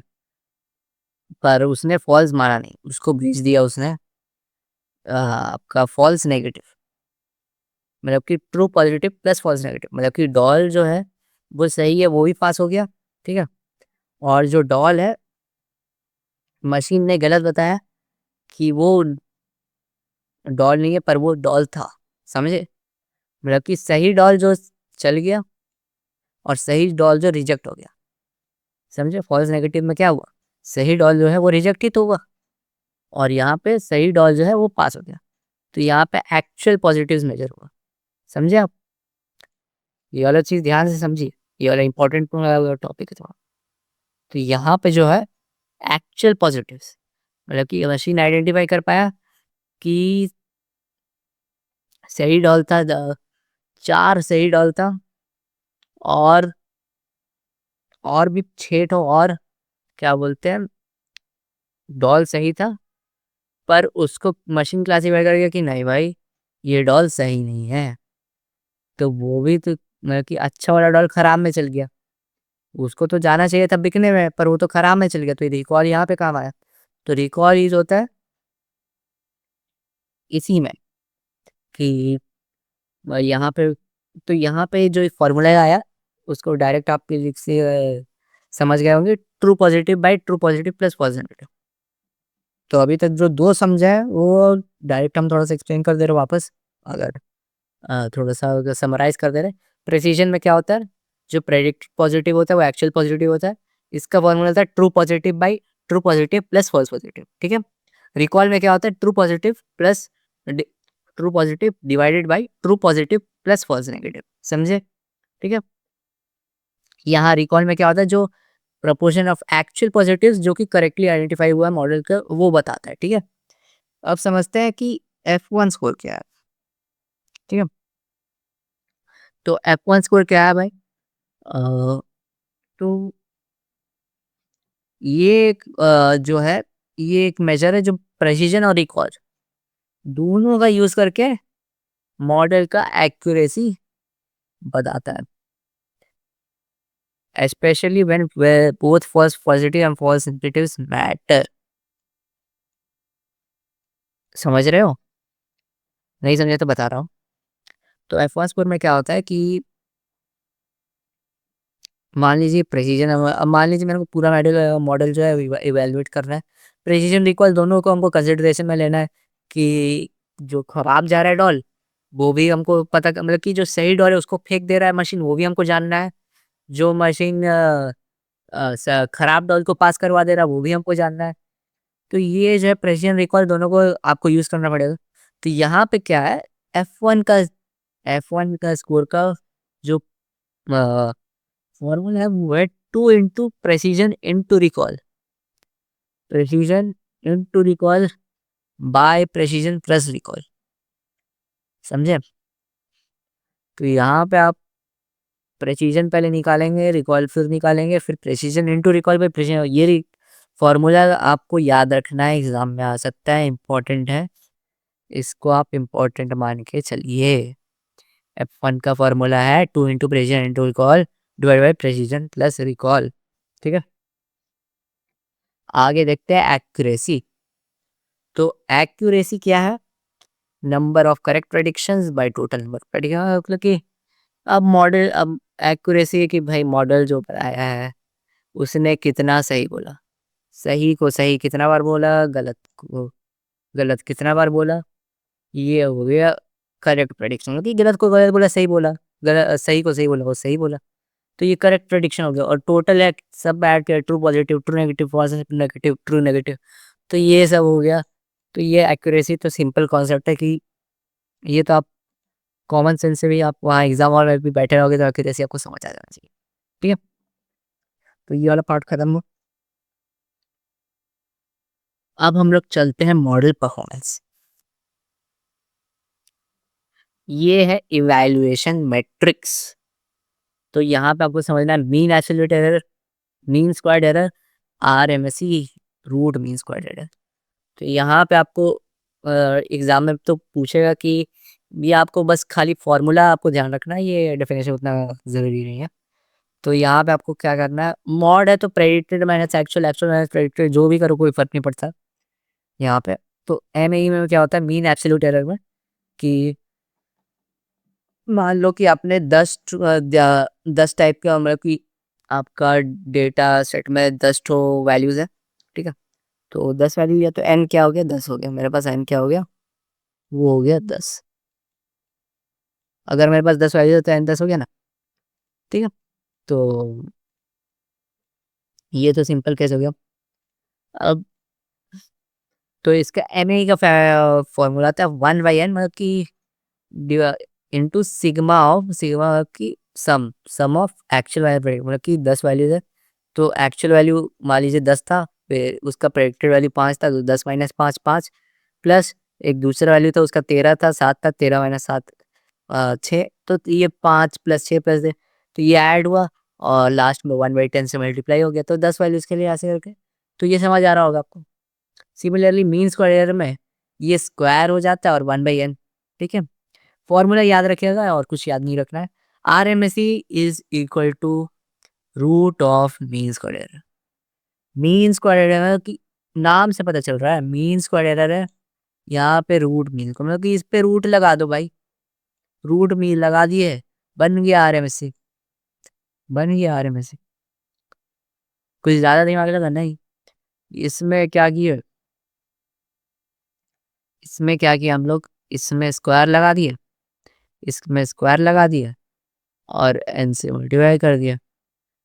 इसको स्क्वायर करके इसमें n से मल्टीप्लाई कर दिया, n स्क्वायर भी हो जाएगा ना, क्योंकि n से मल्टीप्लाई करने 1/n हो गया। तो ये ज़्यादा उतना नहीं है, इसमें आपको फॉर्मूला बस याद रहना चाहिए। इसका हम लोग क्वेश्चन करेंगे, क्वेश्चन में ज़्यादा काम रहता है। तो चलिए इसके साथ हम लोग का चैप्टर जो है, चैप्टर हो चुका है समाप्त। चैप्टर क्या हो चुका है, चैप्टर हो चुका है समाप्त। अब हम लोग कुछ क्वेश्चंस करेंगे, तो चलिए क्वेश्चंस पे बढ़ते हैं। चलिए अब एमसीक्यू से स्टार्ट करते हैं। ये 1 मार्कर है, देखिए राइट साइड में जो क्वेश्चन का मार्क्स होगा वो मैं मेंशन कर चुका हूँ। तो इसमें तो मेरे को हिसाब से कोई प्रॉब्लम नहीं होनी चाहिए। यहाँ पे तो आपको पता होगा कि एमसीक्यू तो जनरली 1 मार्क्स के ही होते हैं। तो चलिए शुरू करते हैं।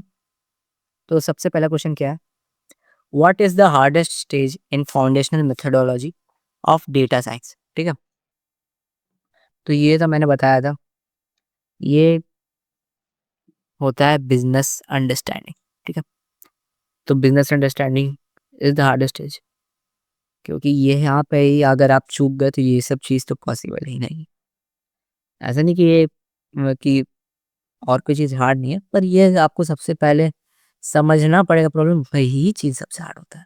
ठीक, second, business sponsors defines the problem and project objectives from a dash perspective.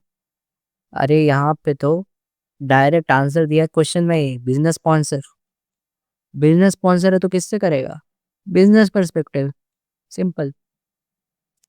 Match the following and choose the correct options. ठीक है, तो यहाँ पे दिया है descriptive approach, diagnostic approach, predictive approach. Approach के ऊपर दिया हुआ है कि क्या होगा। तो सबसे पहले अगर आपका ऐसा कोई क्वेश्चन है और यहाँ पे आपको प्रेडिक्टिव दिखे, तो प्रेडिक्टिव मतलब कि सबसे पहले आपको यही इजी होगा रीड करना। प्रेडिक्टिव क्या होता है, प्रेडिक्शन करना, पास्ट को लेके फ्यूचर प्रेडिक्ट करना। कौन सा कर रहा है इधर, स्टैटिस्टिकल एनालिसिस नहीं, करंट स्टेटस कैसे बताएगा नहीं, हाउ टू सॉल्व इट नहीं, प्रोबेबिलिटीज ऑफ एक्शन। थ्री कडी किस में है, CADB। ये तो थ्री कडी इसी में, तो ये तो डायरेक्ट हो गया। फिर भी हम बाकी डिस्कस कर लेते हैं, बाकी डिस्कस कर लेते हैं रोगानी। ठीक है, अब जैसे कि हो गया, हाँ, तो डिस्क्रिप्टिव अप्रोच का हो गया, 1 का। डिस्क्रिप्टिव मतलब होता है कि ये जो होता है करंट स्टेटस बताता है। ठीक है, करंट स्टेटस, तो ये इसमें गया। डायग्नोस्टिक, डायग्नोस्टिक मतलब कि अगर आप उसको एनालाइज कर रहे हैं स्टैटिस्टिकली, जो होता है एनालाइज करना, वो होता है डायग्नोस्टिक अप्रोच। ठीक है, प्रेस्क्रिप्टिव क्या होता है, हाउ टू सॉल्व इट।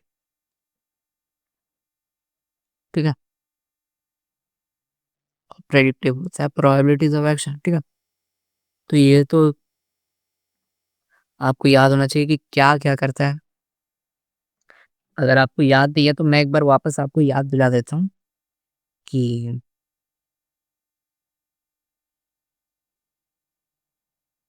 जो डिस्क्रिप्टिव एनालिटिक्स होता है वो अप्रोच होता है, उसमें पता करते हैं क्या डिस्क्रिप्टिव अप्रोच में पता करते हैं कि करंट स्टेटस क्या है। ठीक है, डायग्नोस्टिक अप्रोच में पता करते हैं कि स्टैटिस्टिकल एनालिसिस जो कि क्यों हुआ, वो वाले क्वेश्चन को आंसर करते हैं। प्रेडिक्टिव में क्या होगा, आगे क्या होगा, प्रोबेबिलिटीज ऑफ एक्शन। और प्रेस्क्रिप्टिव में ये होता है क्या करना चाहिए, मतलब हाउ टू सॉल्व। ठीक है, ये तो सिंपल था। आंसर देखिए यहाँ पे मार्क किया हुआ। अरे the following statements in order, gaps in data will be identified and plans to fill make substitutions will not have to be made. Okay, decisions are made whether the collection requires more data or not. descriptive statistics or visualization is applied to data set, identify the necessary data control format sources. तो सबसे पहला बात, data science methodology में आप क्या करते हो? Problem को क्या करते हो? प्रॉब्लम को आप आइडेंटिफाई करते हो। Identify the necessary. उसके बाद क्या करते हो? हम्म, फिर आप देखते हो कि ये जो हमने आइडेंटिफाई करके डिसीजन लिया है, आइडेंटिफाई करके आप डिसीजन लोगे। डिसीजन जो लिया है उसमें क्या करेक्शन चाहिए डेटा का? ठीक है, डेटा और चाहिए जिसको हम लोग को एनालाइज करना है कि नहीं चाहिए, ये तो करते हो। फिर आप जाते हो डिस्क्रिप्टिव स्टैटिस्टिक्स एंड विजुअलाइजेशन, जिसमें आप पता करते हो कि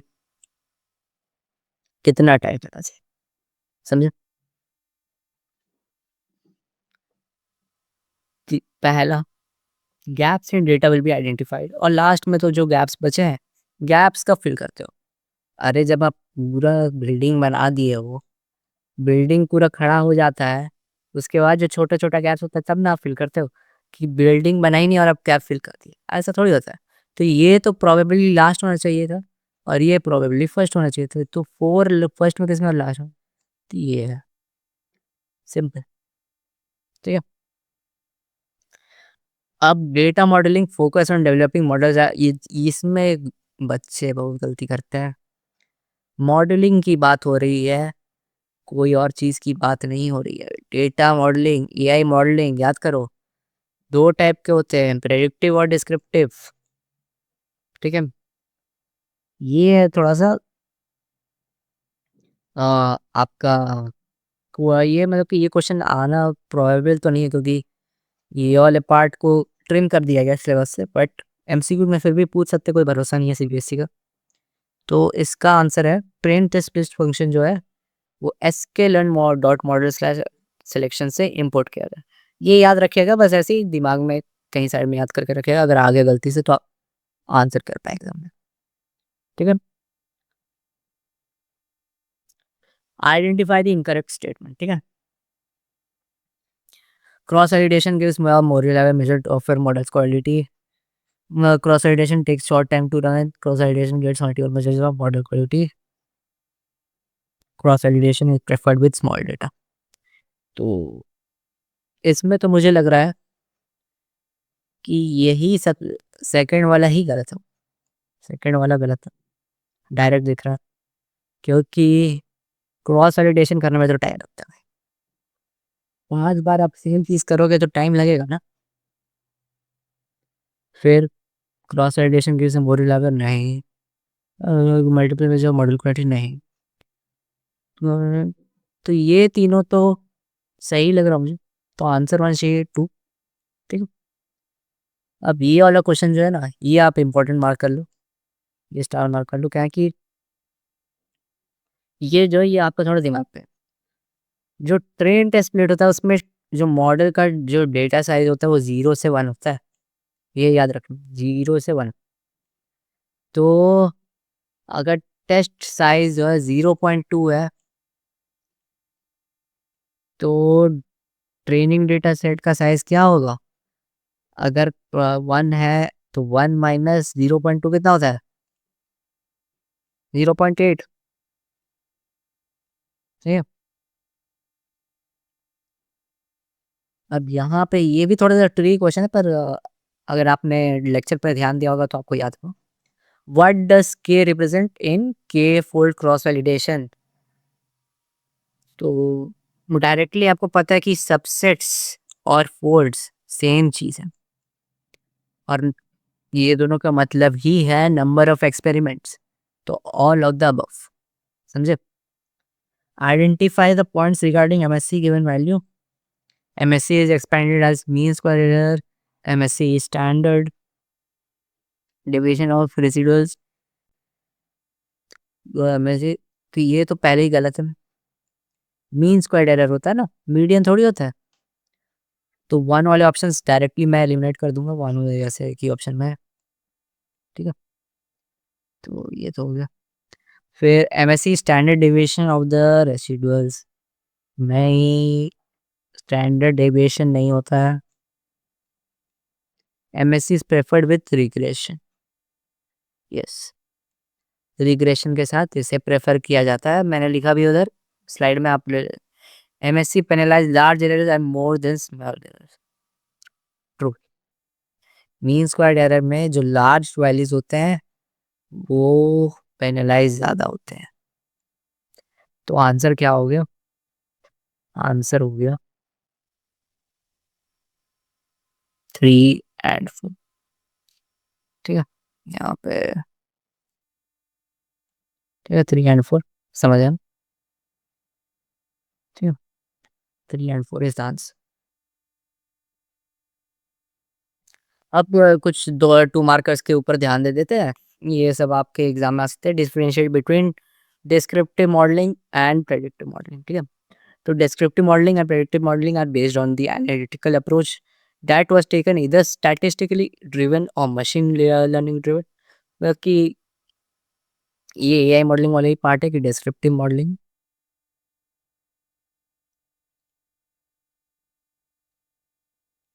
नहीं नहीं, हाँ,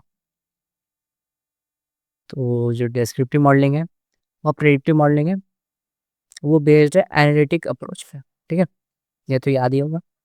That was either statistically driven or machine learning driven. Descriptive modeling is a mathematical process that describes real world events and the relationships between the factors responsible for them. An example of a descriptive model might examine things like if a person did this, then they are likely to prefer that. Predictive modeling is a process that uses data mining and probability to forecast outcomes. For example, a predictive model tries to yield yes slash no or stop slash go type outcomes. The data scientist will use a training set for predictive modeling. ठीक है, तो ये आपको ये question मतलब कि high probable chance है कि ये एग्जाम में आए, तो इसलिए मैंने इसको लिया है। तो ये आप यूज़ कर सकते हो, मतलब कि ये आप एक बार पढ़ के जाना, अगर आप चैप्टर आपका रिवाइज हो चुका है तो एक बार आप इसको पढ़ लेना, और अगर आप लास्ट डे हो तो ये और क्वेश्चन आंसर ज़रूर ही पढ़ के जाना, मैं तो बोलूँ। ये भी एक हाई प्रोबेबल क्वेश्चन है, ट्रेन टेस्ट स्प्लिट और क्रॉस वैलिडेशन पे डिफरेंशिएट करने आता है। ये मैंने पीछे भी एक्सप्लेन किया हुआ है, नॉर्मली अप्लाइड और लार्ज नॉर्मली और स्मॉल डिटेल, ये आपको याद करके रखना है। ये एक अ, और एक पॉइंट है, ये आपको याद रखना है, gives the accuracy of the model of the validation set, gives the average accuracy of the model across each validation set. तो ये दोनों पॉइंट आपको याद रखना है थोड़ा सा, बाकी तो कुछ ज़्यादा है नहीं, बाकी सब सेम ही चीज़ है। How many steps are there in data science methodology? तो डेटा साइंस मेथोडोलॉजी अभी तक आपने जितना भी पढ़ा, ये है ऑलमोस्ट 10 स्टेप्स है सर।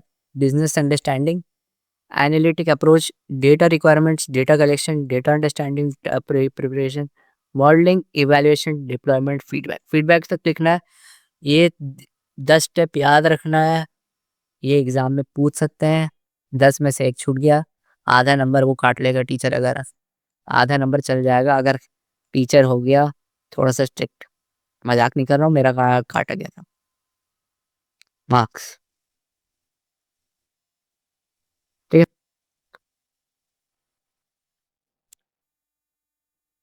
अब अगला है, is feedback a necessary step in data science methodology? Justify your answer. Yes, feedback is necessary. Model improve कैसे करोगे? Feedback from user will help refine the model and assessing performance and impact. Data scientists can automate any of all the feedback so that the model refresh process speeds up and gets quick improved results. The value of the model will be dependent on successfully incorporating feedback and adjusting for as long as the solution is required. और ये आ गया सबसे आपका, मतलब कि क्या बोलते हो, स्टार को, मतलब कि ऑलमोस्ट 99% कन्फर्म ही आपके हिसाब में आया। मैं तो बोलूँ 100% आ जाए, मतलब कि पर 99% मतलब कि ऐसे थोड़ा सा मार्जिन ऑफ एरर रखना चाहिए। तो एमएससी क्या है? मीन स्क्वायर एरर का जो है फॉर्मूला याद होगा आपको, आरएमएससी का वैल्यू याद होगा। कैसे निकालते हैं? एक्चुअल में से प्रेडिक्ट करो, प्रेडिक्ट में कुछ भी करो आप, ए माइनस पी करो, पी माइनस ए करो, कुछ फर्क नहीं पड़ता। यहाँ पे इसने पी माइनस ए किया तो यहाँ पे 110 हो गया। इसका स्क्वायर क्या हो गया? Error square. इसको एरर बोलते हैं, याद रखना। लिखोगे जब टेबल्स बनाओगे एग्जाम में तो याद रखना इसको एरर बोलते हैं, और फिर लास्ट में एरर स्क्वायर करते हैं, ठीक है। तो एरर का स्क्वायर किया, सम ऑफ एरर स्क्वायर कितना आया? ये देखो, एक्चुअल माइनस प्रेडिक्टेड, जो एरर आया उसका स्क्वायर ही है एरर स्क्वायर। तो एरर का स्क्वायर क्या? 625, ठीक है। और 1/n कितना वैल्यूज है? 10 वैल्यूज, 1 1 2 3 4 5 6 7 8 9 10, ठीक है। 10 वैल्यूज हैं, 10 के 10 यहाँ पे दिए हुए हैं। 10 से डिवाइड करोगे 625/10, 62.5। आरएमएससी क्या होता है बोला था? Root of MSC. तो 62.5 का रूट 7.91 ऑलमोस्ट। तो ये आप पूरा लिख के आओगे, आपको 4 मार्क्स मिलेगा। कुछ मिस किया तो मार्क्स कट जाएंगे, सिंपल। ये क्वेश्चन उतना प्रॉब्लम मतलब कि आने का नहीं है, बट कॉन्सेप्चुअली आपको समझने के लिए मैं बता दे रहा हूँ। ये एग्जाम में ऐसे क्वेश्चन आ सकता है, true negative, false positive, false negative, false positive, false negative, true positive, ऐसा करके क्वेश्चन आ सकता है। प्रेसिजन कैलकुलेट करोगे, true positive plus false positive, 75/75 plus 20, 75/95, ये आ गया इसका 0.789, 78.9%। रिकॉल आ गया, ट्रू पॉजिटिव फॉल्स नेगेटिव। इसको आप वही सेम प्रोसेस करोगे, ये एक आंसर आया। तो ये चारों आपको फॉर्मूला के साथ लिखना है, फन स्कोर, एक्यूरेसी सब निकालोगे। ये मेनली अगर 2 मार्क्स का सवाल, ये 4 मार्क्स में भी आ सकता है, 2 मार्क्स में भी आ सकता है कि F1 और एक्यूरे खाली प्रेसिजन रिकॉल पूछ दिया, नहीं तो खाली F1 एक्यूरेसी। पर अगर F1 एक्यूरेसी पूछा तो ये भी निकालना ही पड़ेगा।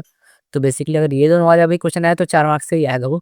इसका शायद 3 मार्क्स होगा और इसका 1 मार्क्स होगा, जहाँ पे मेरे को बताया। और लास्ट में आपको समरी लिखना है, बस निकाल के छोड़ नहीं देना है, चारों को लास्ट में लिखना है। 2 घंटा में मतलब कि टाइम तो एनफ रहता है कि एआई का एग्जाम में, ये एमसीक्यूज क्योंकि आप बहुत जल्दी कर सकते हो। तो ये और आपको ध्यान में रखना, प्रिसीजन 78.9%, रिकॉल, ये सब सब आंसर लिखना है, ठीक है। इसी के साथ हमारा वीडियो ख़त्म होता है। अगर अच्छा लगे तो और भी एआई वाले दोस्तों को फॉरवर्ड कर देना, और लाइक कर देना, और कमेंट में बताना कि क्या इम्प्रूव हो सकता है। और अगर आपको और ऐसे वीडियोस वन शॉट्स चाहिए, ऐसे तो एग्ज़ाम में एक 5 डेज़ ही है शायद, तो मैं वन शॉट्स तो लाते लाते रहूँगा। देखता हूँ रिस्पॉन्स कैसा आता है। एक कमेंट कर दोगे तो वीडियो का रीच ज़्यादा बढ़ जाएगा। Thank you.